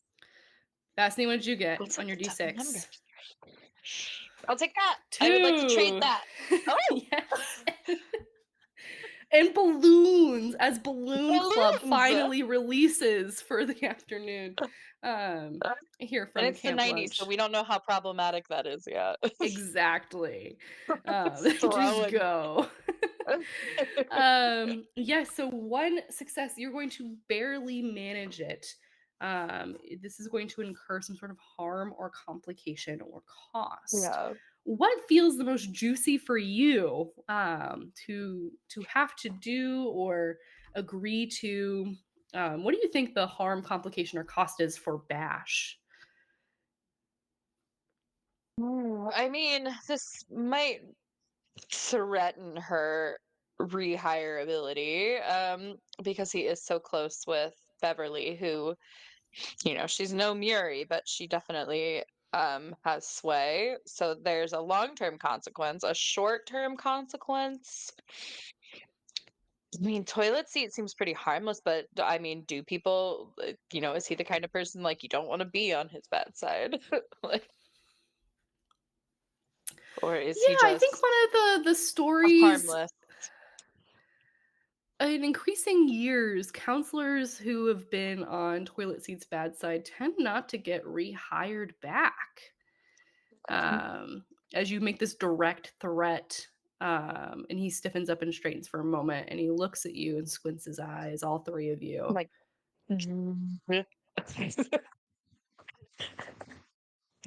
I can tell you're like totally serious, but know that like I'm totally serious too when I say this. Like, you want to be careful here and not just like giving out my name. Like, I can recover, but be careful about sticking your nose into things that are inherently like not for you to be a part of. Like Bev said, Aunt Bev, we don't get paid to care about these sorts of things.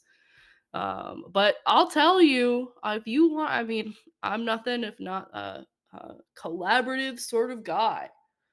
Um, so, um, okay, band stories. There's Campsite 3, right? Named for the 3 adults, 3 kids, and 3 ghosts, that sort of thing. But I think you guys said what you said about like people who are like look like other people. Yeah. Okay. And he sort of like backs out of the fire pit area even more. You guys are almost not in that location as he makes sure that none of you are near counselors to share this.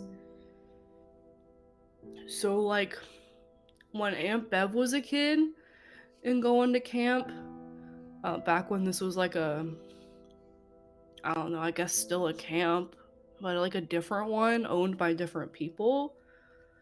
She used to tell me this story when I was really rowdy at night, and would tell me that Hollow Tooth was going to come snatch me up. And apparently, Hollow Tooth is some sort of creature that her counselors told her about way back in the day, that it is trying to, it's hollow, but it's got teeth, right? Like it's not a thing, but yet there are teeth there. Real strange. But apparently, it can make itself look like other people, and a couple of kids went missing her summer because they walked out into the woods, uh, and the one that didn't go missing that was found said that she was just following her friends, but the friend that she named had never been to camp before, so like how did she even see her? I don't know. So like I guess there's, again, Bev wouldn't like me telling you this, but um I think those kids just didn't want to be at camp, personally. But I guess they were never found, that sort of thing. And Bev told me I couldn't tell that story here because I told it to a kid and they cried, and then their parents stopped donating to camp. So it's the first year of the camp? Yeah, like, I would say, yeah, because Aunt Bev's like ancient, so it's gotta be, right? Yeah, like 1901 or like what? Oh, yeah, oh, how old is Aunt Bev? Like the 30s, 40s? It's a long time ago. Oh, yeah, Aunt Bev is, he kind of cuts himself off because he won't even give her an age. Um, I think the first year of camp is definitely 1933, but like Bev didn't come until probably the 50s. Um, Okay. Wow. She's so old. don't tell her that. Um, Don't tell her she's maybe I old. will just to feel something. Um, But I they just talked about the name of this hollow tooth thing, mhm. or they had to go into the woods and were like, who reported that? Like, the Well, missing the kids. little Like it girl that was they found that they like didn't go missing said that it was like a person wasn't there, but it had teeth. So like hollow because there wasn't a thing there, but then teeth because it had teeth. Like I think they just named it that because that's what it looked like. They put all sorts of different drugs and Floating medication, teeth. though, so she was probably, like, on a cough syrup that had cocaine or something. God, I wish that were me. That honeybee's alarm Yeah. bells are going off because that's basically what she saw. Mhm. Um, so she's gonna kind of like tap the other two on the shoulder of like, this is what's going on. That's it. Like, nod back. Yeah. Yeah. Um, Okay. Well, thank you, TS. yes. Thank you, Camp Counselor Toilet Seat. This has been incredibly helpful. We'll make sure not to share this so that we don't scare any campers or any donors. Yeah, but super helpful. Alright, just, like, don't go missing or anything, it's gonna make everything worse here, okay? Oh, you're saying you'll miss us? No. No. He's gonna miss us. Oh, you big old I softy think he's gonna toilet miss seat. us. No. Lads and gents, let's talk about swimming safety, and he, like, bolts out.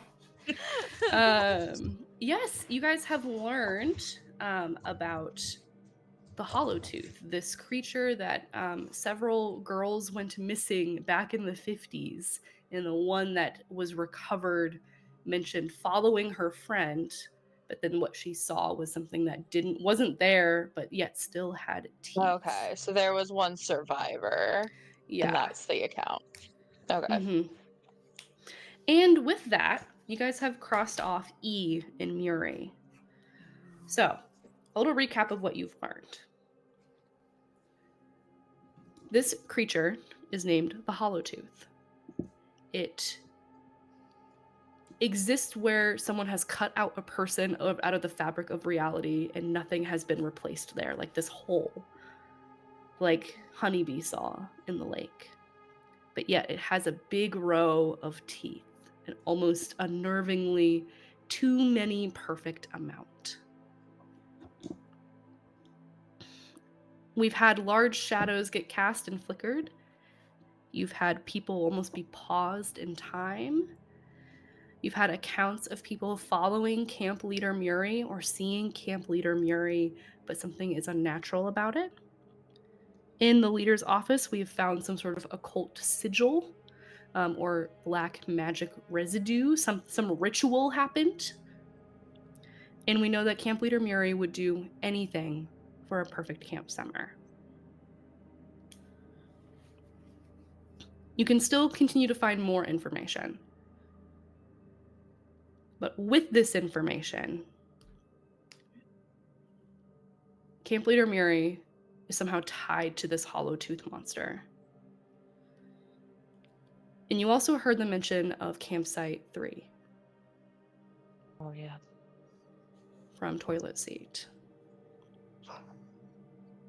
Campsite 3, 3 people going missing, 3 adults, 3 ghosts. You've heard the number 3 in the camp year, 1933. Even your own private channel on your walkie-talkies, 33. So you have a location, you have this sort of tie somehow. Camp Leader Murie is tied to this monster. You're not sure what the nature of that relationship is, if she's the monster, if the monster is using her, if it's using its visage of her. But it seems to be trying to lure kids away. Gerard, the people on the lake with Honeybee, and those girls in the past when Aunt Bev was but a ween. Lunch is almost up. You hear old Beverly get on the megaphone. You hear it plays the siren noise first, which is what she does. Not the fun little music bit, but just the big old siren. All right, is this thing on? Wonderful. All right, campers, counselors, it's time for the annual Camp Snallygaster Boat-a-thon. If you want to head over to the swimming pool, Toilet Seat here is going to make sure everyone's in an appropriate group, and you guys are going to have an hour to build your boats, and then we're going to put them in the pool, and then everyone's going to do popsicles after. So I've got these people are working with groups today, and she lists off a ton of counselor names, none of which are yours. If you weren't named, you're just supposed to be on walkie standby and cleanup duty for lunch. So make sure you help clean up. And then you have your break, and then you're going to come back for popsicle time afterwards. All right? Wow. How perfect is that? All right. No one get into any mess. I'm going to go light one up before we start. Bev out. Okay. And lunch starts brewing. Hi, Bev. Bye, dear. Hmm. So Gia's always had, or I mean, Blanket's always had a slight suspicion that Gia's family is not very conventional. Just certain things she said, but she's like maybe they're like in the organized crime or something. But I think right now she's kind of like um itching to maybe go ask her if she's Yeah, the heard perfect of. teeth thing, that Yeah. girl that you like love who's on your little in your group, she has freaky perfect teeth. I mean, maybe It's kind maybe of I just call her Teeth. I think that should be her camp name is Teeth. But you never know, like if somebody's gonna take something the wrong way, you yeah, know. I mean, I just thought I mean I've always known that there was something kind of up with her family. I thought, well, maybe they're all like dentists, very intense dentists. Had the Barely Odd Parents come out yet? Probably not. No.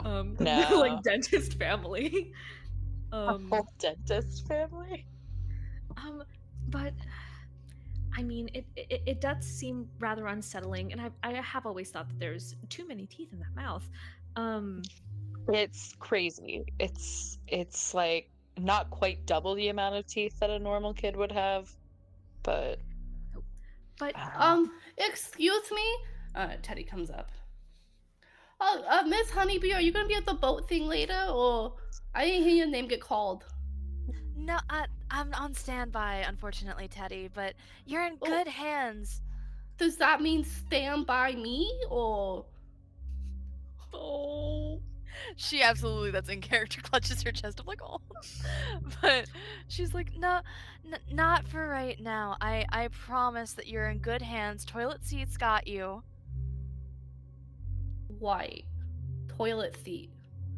Have you ever tried to Okay. tell him dinosaur facts?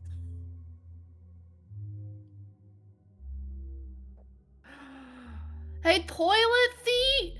Tell him that Honeybee sent you, okay? Honeybee wanted me to let you know that they got it all wrong in the Land Before Time.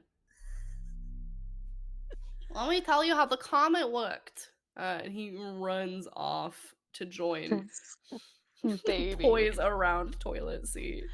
I think when oh, she turns around to her friends, she's like, yeah, and that little girl that you're talking about, she always does really good at the apple bobbing.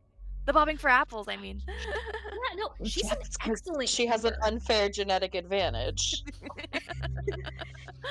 She's just incredibly enthusiastic and a very good camper. I mean, she's always at the front row, like sitting crisscross applesauce, back straight, ears perked with attention, and she always just does a wonderful job.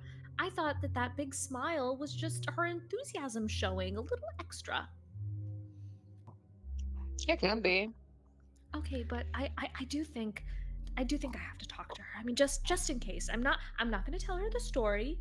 I'm just going to ask her about the name. In this moment, as you guys look over to see Gia, we see Ida behind Gia with this fake lizard that she made in arts and crafts. And she's getting ready to test her prank out. And as everyone's shadows lengthen in the afternoon sun, she's dangling it over from behind Gia, who is none the wiser that someone is behind her about to Ida, drop this. Ida, put it, put it. No, not right now. She's like, She, "Oh, as you say, stop. yeah." Okay. And she'll drop it. It lands in front of Gia. She startles for a moment, and you guys all see her for just a second. Her entire physical appearance shudders and shifts. And she looks like a completely different young little girl. In, a 50s day dress, some sensible little shoes, a sash, and then it flitters back to the Gia that we see. And Ida's eyes are fucking wide as she's sort of like skittering back. She doesn't even go to reclaim her arts and craft lizard to go pull the same prank on Susan in her cabin later on. Bash, you see Ida for the first time all summer look afraid Go with of your group. this thing. Huh? Go. Go to your group now. Okay. She's weird. She's weird. Go. Oh. Go. Oh, hey. And she scutters off, but you can feel her looking back towards you and towards Gia, having witnessed the same thing you all witnessed. As Gia just moves the little lizard toy to the side and continues licking mushrooms and crushing them in her hands. Oh my I try to be so cool. I try to just be like, "Eee," like looking at the honeybee. If she has gone back to her little like ritual of licking mushrooms and crushing them, and she's not like Mm-hmm. a deer in headlights at us, then I mean our approach was to talk to her, right? So Oh, hi. Hey. Hi. hi. Am I in trouble? No, you're not No. in trouble. Um, Yeah. we just wanted to ask you something. Do you want to ask her, or do you want me I think if I would just be like, you just have really great teeth, and sometimes I feel like this tooth, it feels like it's almost resonant, almost like it's a hollow tooth. Yeah, you have a beautiful And see if smile. she has any reaction. That was To so the good. word Try. hollow tooth? Yes. You just have really great teeth, and I was born with teeth that are kind of in italics, so I just was, and they feel weird sometimes, almost like a hollow tooth in You my do mouth. see her like kind of struggle to find her words in this. I've got a good dentist. I think I he's a knew you good must. dentist. We visit. I mean, he's not too far from here. You could visit him if you want. Just past campsite 3. Do you want to see my Uh, dentist? you can take who's us your to dentist? him. He's part of my You see family. Of him course here? I can take him. Well, I would take you to him. If you need to get your teeth checked. Well, Bash hasn't cleaned their teeth, so we don't want to rush into anything. Yeah. What kind of dental work do they do? Your family member dentist person. You make all the problems in your teeth disappear.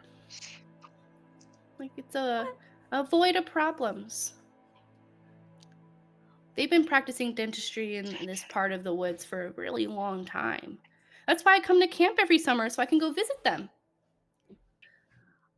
So how long has this individual who practices dentistry, how long have they been practicing exactly? Oh, I don't know, because I'm just a kid. But probably for a bit. You got to get good at it. I know that you guys can't really trust him. Camp Leader Murie was seeing him about something. She went out there all the time. All the time? Yeah. Do you know for what? Like what her dental problem was? I'm not supposed to know patient records. I don't know. He doesn't talk about work at home. And is home. this like your uncle or something? Oh, we call him Uncle, but I don't actually know if we're related. How long have you been coming to camp, Gia? I've been coming for, and when she says the number, it's like 16 different numbers come out of her mouth in the same syllable. That I long? didn't catch that. Yeah, it's and it's like again, give or take a Gotcha. few. Crazy. Well, do you guys want to go see him? Yeah. He's hard to find if you don't know where you're going. I had to take Camp Leader Murie the first time. Okay. Is that right? Yeah. Then I guess we have to go. I guess we have to go. Thank you for being so helpful, Gia. No wonder Oh, you're you're such a good welcome. camper. You've been here so long. I'm trying to do my best. And she stands up, licks and crushes her last mushroom, and turns around to head right into the woods. And for a moment, she flickers again into this like 1950s young girl, and then back into herself. Before sorry. Before they follow, I think that Honeybee wants to run over to toilet seat and kind of be like, if anything happens. And she gets out her emergency blanket and she hands it to him and he goes, give this to Teddy. Yeah, I can do that. Like, if anything happens, like something good happens, I should give it to him too, or You know yeah, what I no, I mean. got it. Okay, well, if you guys are gonna go smoke or get high or something, just like make sure all the stink is off you before you get back, or Bev's gonna give me a hard time because she's gonna think I supplied you, which I didn't That's this time. You've never supplied me. I know. I'm grateful that you haven't supplied me. Thank you so much as always, toilet Rude. seat. And you like run back. You guys gonna go follow Gia into the woods? Oh yeah. With my pocket knife in my hand. Am I able to grab anything else? Is this the kind of game where I can try to find a hand axe or You a can. baseball bat? Oh, well, you picked another item Setting. out earlier. Did you decide what it was? No. As a result of your monstrous counselor moment, you said you wanted a second item, or a new item. What? Maybe. Oh, they were burns. If there was any kind of like weaponry in, it doesn't need to be an item I found in that office.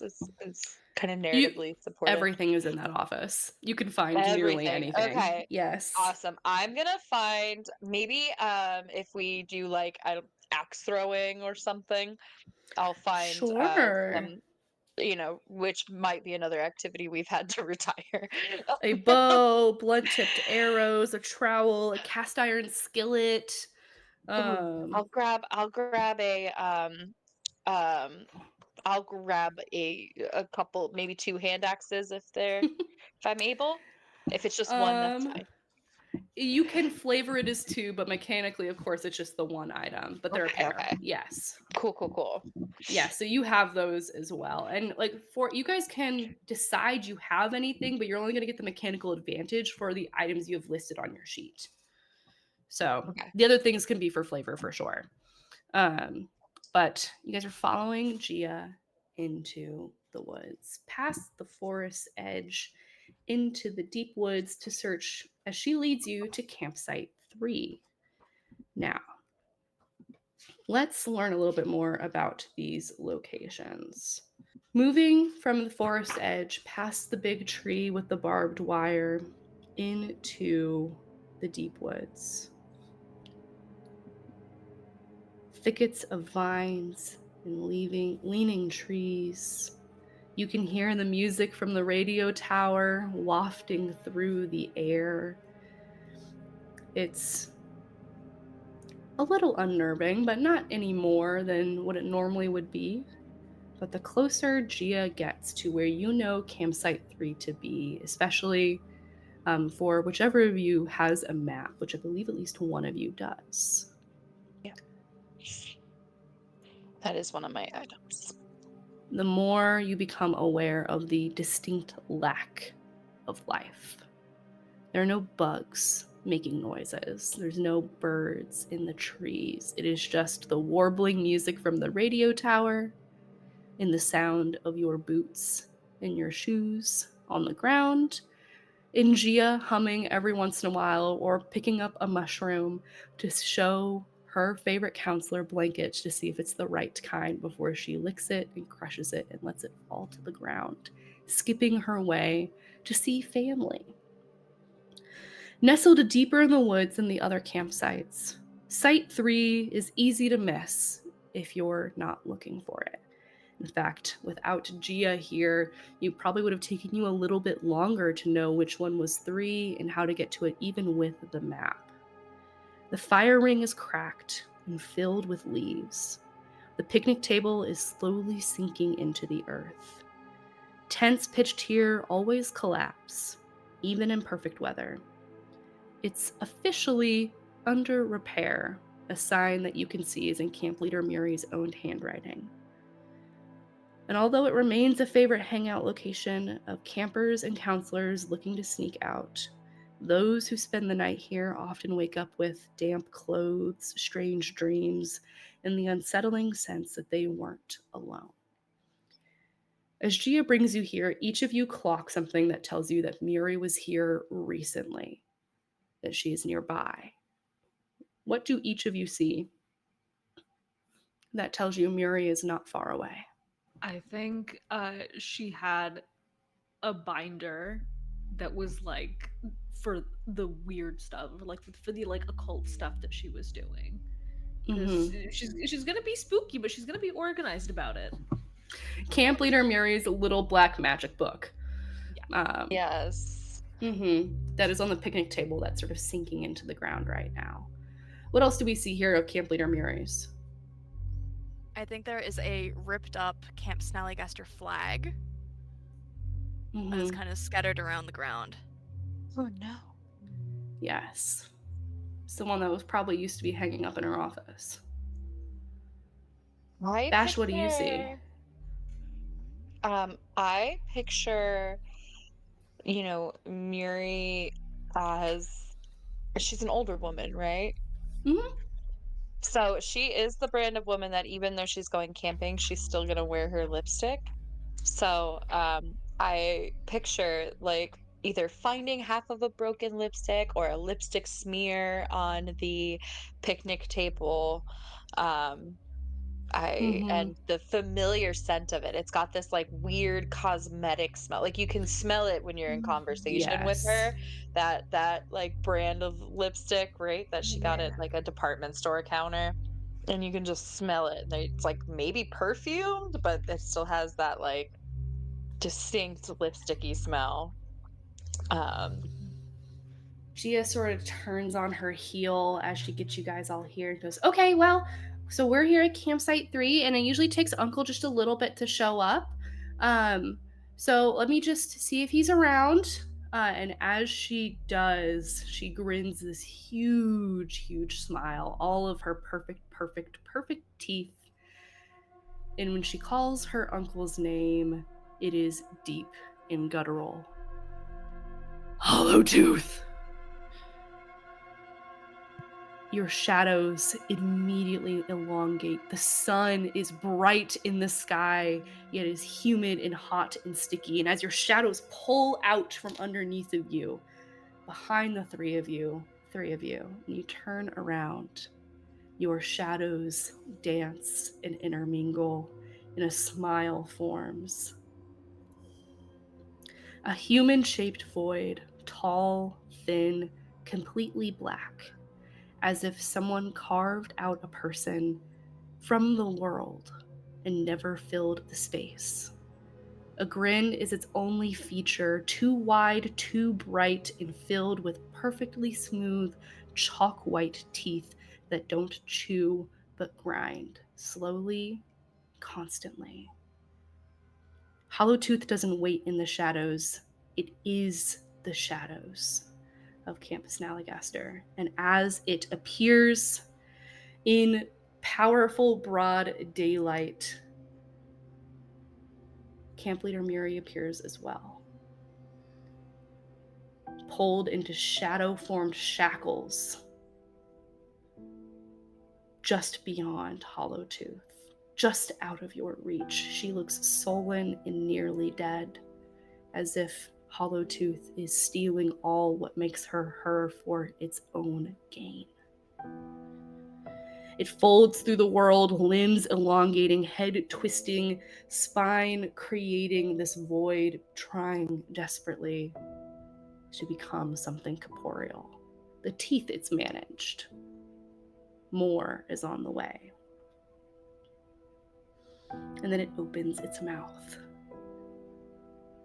wide enough to swallow any one of you whole. What do you do? So I think that Honeybee is in the same cadence that one would be like reciting Hail Marys in sight to this, is starting to sing the camp song that Oh my Murie would sing every morning. She's like, oh, Camp Snallygaster, wise and fun, we will monkey around till the day is done. And she is like terrified. Oh my god. Honeybee, as you sing, the temperature is dropping, and it's like the edges of reality are starting to turn in on themselves, being pulled in as if space itself is going to collapse. You start singing this song. I need you to make a roll. Okay. Monster or counselor? Counselor. Counselor. A d6 to do the thing, a d6 if you're using an item, and a d6 if your specialty, style, or motivation help you here. As you stand up to this thing and sing the camp song straight to Hollowtooth. Yes, I think that she would probably be using survival here. I think she is calling upon her own camp counselorness, everything that she's learned from Murie, to make sure that everybody makes it out. I got a 6 and a 4. Okay, those are both successes. Nice. What you have just prevented as you see Hollowtooth opening its mouth to swallow any one of you. It gets really close to you, Honeybee, and it pauses. You've effectively repelled it eating any of you for this moment, but you've not stopped this monster from being here. Our camera cuts to Bash. Bash, this thing is momentarily stopped by the Camp Snallygaster song from way back when it was written in 1933. What do you do? I looked at Blanket and I'm like, I'm so sorry. And I just take Gia and I put Gia in front of us because she's the little freak who let us here. And so I'm not considering her, a human child anymore. I consider her some kind of apparition Something or other. Oh my Well, it's god. like she's changed by this. She's wearing its teeth. Yes. Like, I'm really, really sorry. And your goal is to, by putting Gia in front, is your goal to sacrifice Gia? Is it to see if Gia, if Gia is this thing, it's gonna stop it? Okay. Yeah, or that. I don't know. I'm just like, this is your circus. I'm putting you. I'm returning you to your ilk. Yeah. I'm not about to get eaten. Sure. Counselor Monster. Monster. Monster. Sure. Yes, you want to roll Definitely. under your number here. So d6 to do the Okay. thing. Are you using any of your items? Where? I mean, You brandish your new hand axes? I was about to say, I don't know that she's gonna be brash enough to hold an axe to something that looks like a child until it's something she believed was a child until 15 minutes ago. To anything like that. I think she might have a hand on it, but I think Yeah, I'm not using any items, but I do think my motivation comes into play. So, Yes. to get home. So I do think it'll be 2d6. Wonderful. 2d6, you want to roll under a 4. I got a 4 and a 5. That's Just at least a beneath it. success, and it's a monstrous Okay. counselor moment because 4 is your number. So you can Ooh. ask the GM a question and they must answer Yes. honestly, gain a new item, or secretly tell me what you want the monster to do next. My question is what will hurt it? The Mm. monster, not Gia, but You're looking at this thing that seems sort of repelled a little bit by the camp song, and you're seeing Camp Leader Murie in shackles. And you're trying to think about what's going to hurt this thing. This thing, it's made its perfect teeth. You see that you've heard that it's starting to make this visage of Camp Leader Murie. And it's not even so much of how can you physically hurt a void anyway?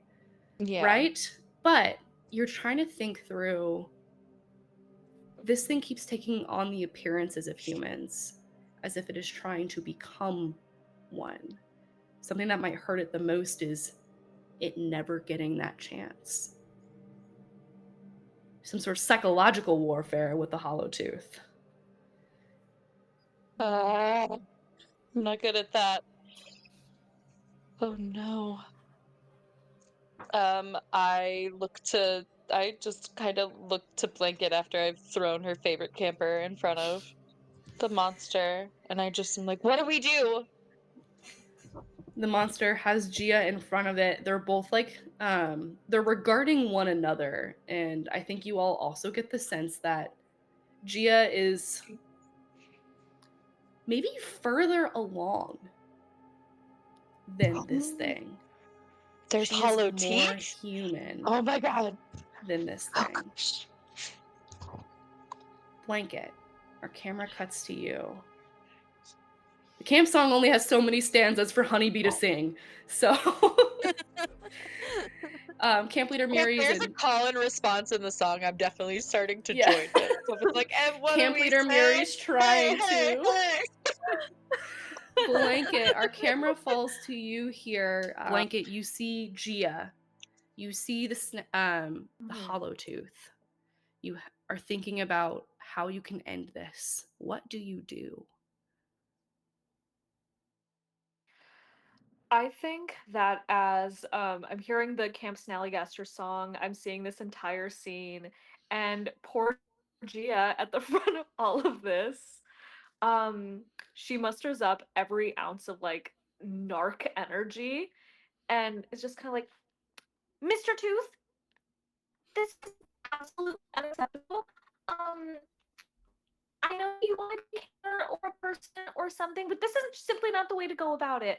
Look, you're putting us all in great stress. And this doesn't have to be a person. People are supposed to be together. Most of that came through. I think even hollow tooth is garbling the sound as it comes out of your mouth. Um, and your words are distorted, but let's see if your intent rings true here, Blanket, as you begin to narc and tell hollow tooth to get out of your hair and get out of camp. Your intent is true. Counselor or monster? Counselor. Counselor.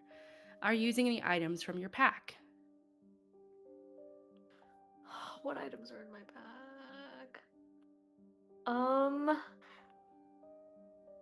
Mm-mm.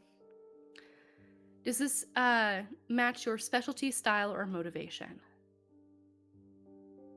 Motivation for sure. Mm-hmm. Yeah. And I think maybe style. Well, those all count in the same Maybe category. she'd So right now know you the. have Oh, 2d6, okay. and you are rolling as a counselor. So you need to hit a 5 or a 6. 4, 5, or 6 here. Go Okay. ahead. 6 and 4. Not only did you have 2 successes, but you had a monstrous counselor moment. So you can ask me a question, gain a new item, or tell me what you want the monster to do next. Or to apologize and stop it. Mr. Tooth. As you read him his rights here, the hollow tooth, right in front of his relative, Gia, who is more human than him, getting further along as you tell the hollow tooths to leave. His smile turns into a frown. The shackles on Camp Leader Murie drop, and her nearly lifeless body hits the picnic table with a sickening thud.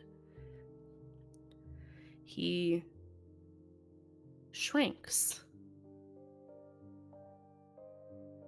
down to Gia's level, and they have a conversation that is all gnashing of teeth before the hollow tooth reaches out and pats Gia on the head, grows to its full height, and then its shadows explode, and it rips itself apart. No more. Gia turns around. I don't think my uncle's practicing dentistry anymore, but he told me I could go back to camp. I think we should all go back to camp, actually. We sure we should bring her back to camp? I'm not so sure. Her teeth do seem more normal now. I mean, she didn't do us any harm. Is In the she spirit of Camp wearing Snallygaster. Oh, go ahead, honeybee. In the spirit of Camp Snallygaster, I think that we should make sure that all children are having fun. You guys need me to carry Camp Leader Murie? I'm pretty strong. I'd like to help. Yeah, I that's don't very think we could helpful. Thank you. pick up an adult. Like Gia goes over and fully picks up an adult. what the fuck? Oh my god. I don't even care if I get hired back next year, honestly. Camp Leader Murie is severely out of it. Anyone who picks up Murie's little black magic book will see that last year she enacted a ritual to give her own life force to the hollow tooth in exchange for a perfect summer, thinking she'd retire. But she didn't. And she came back and she had to pay her debt. Gia carries Camp Leader Murie. You guys make it back in time for the boat race. We see Teddy's in his blanket. He sank in the boat race pretty immediately. We see Ida, who has sabotaged some other boats and has made it to the end. Hers might be lined with plastic on the bottom, unsure, but good for her. Bev comes up to you all. Oh, where'd you drag her out from? She looks awful. You kids all right?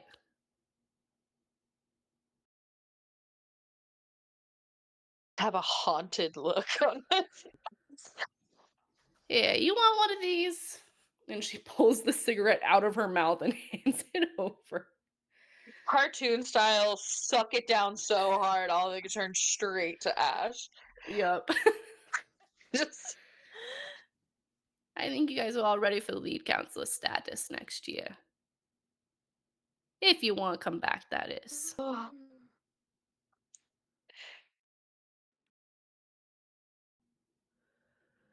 It would be Gag. my honor. Right. Yep. I'm sure it would, kid.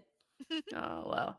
Let's get Camp Leader Murie to the nurse's tent and see how much of her life soul needs to get exercised back into her, okay? okay. You guys did good. I'm going to have to write you up, but you did good. Whatever. In 5 years' time, as Gia is on the cusp of teenagerdom, becoming more human with each and every year, where do we find the each of you? Let's start with Blanket to see if we see what happens to Blanket here. Blanket, in 5 years' time, what are you up to?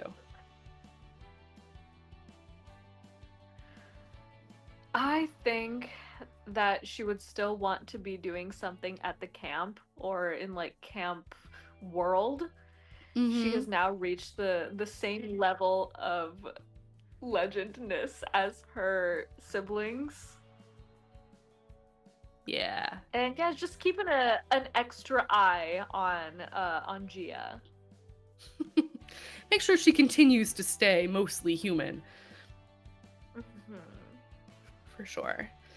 Yeah, I'm sure after a few years, Bev finally retires. I heard her job opens. Let's find out in 5 years' time what happens with Honeybee. I think that Honeybee would have gladly taken that lead counselor title and has been rocking it ever since. For sure. For sure. You are now like Teddy at toilet seats age. Like 23, working camp, crushing it. And Camp Leader Murie needs all the help she can get. She was never quite the same after this incident. Bash. She definitely picks up the slack with enthusiasm. Bash, in Yes. 5 years' time, what's your life like? All right, we're looking at 1998, right? Yes. I don't think Bench ever goes back to Camp Snallygaster. I do think she keeps up pen paling with Honeybee and Blanket, and they, she sends them a care package for camp. But I think that experience was so earth-shattering to her psyche, and she was really not able to just shake that off. So I think then she goes into I kind of picture her then becoming like a child and family therapist. Like she goes to school to, talk through, people's trauma, and is like, nothing you say about your experiences is crazy to me now. So I think, yeah, she ever goes back to Snallygaster, I think she sends care packages with hand axes and maces. And yeah, I don't think she ever goes back, man. I wouldn't. Holy cow. But sometimes camp just gets in the brain and you can never let it go. Yeah. Yeah. And yeah. Yeah. Well, Camp Snallygaster is not for the faint of heart, but it certainly was a summer of memories for each of you. And future summers create their own memories, each as devious and dastardly as the last. To my lovely players, thank you for playing. Oh my goodness. Thank you for trying out a new system, for bringing your lovely characters, for staring down a hollow tooth and just really adamantly asking him to leave because he's causing a nuisance. And letting that So funny. that fucked up little girl grow up mostly human. Good job, guys. And to Andy at Pandion Games, thank you for writing this game. Holy cow, so It's fun. Lots of awesome. replayability. I'm excited to get after it with another monster in the future. And for those of you who took the time to watch this, thank you so much. It means a lot. I hope you go check out the game, check out the safety tools, check out these lovely players wherever you can find them down below. And make sure your summer of memories is mostly good ones. Good night, everyone. Brush your teeth. Brush your teeth.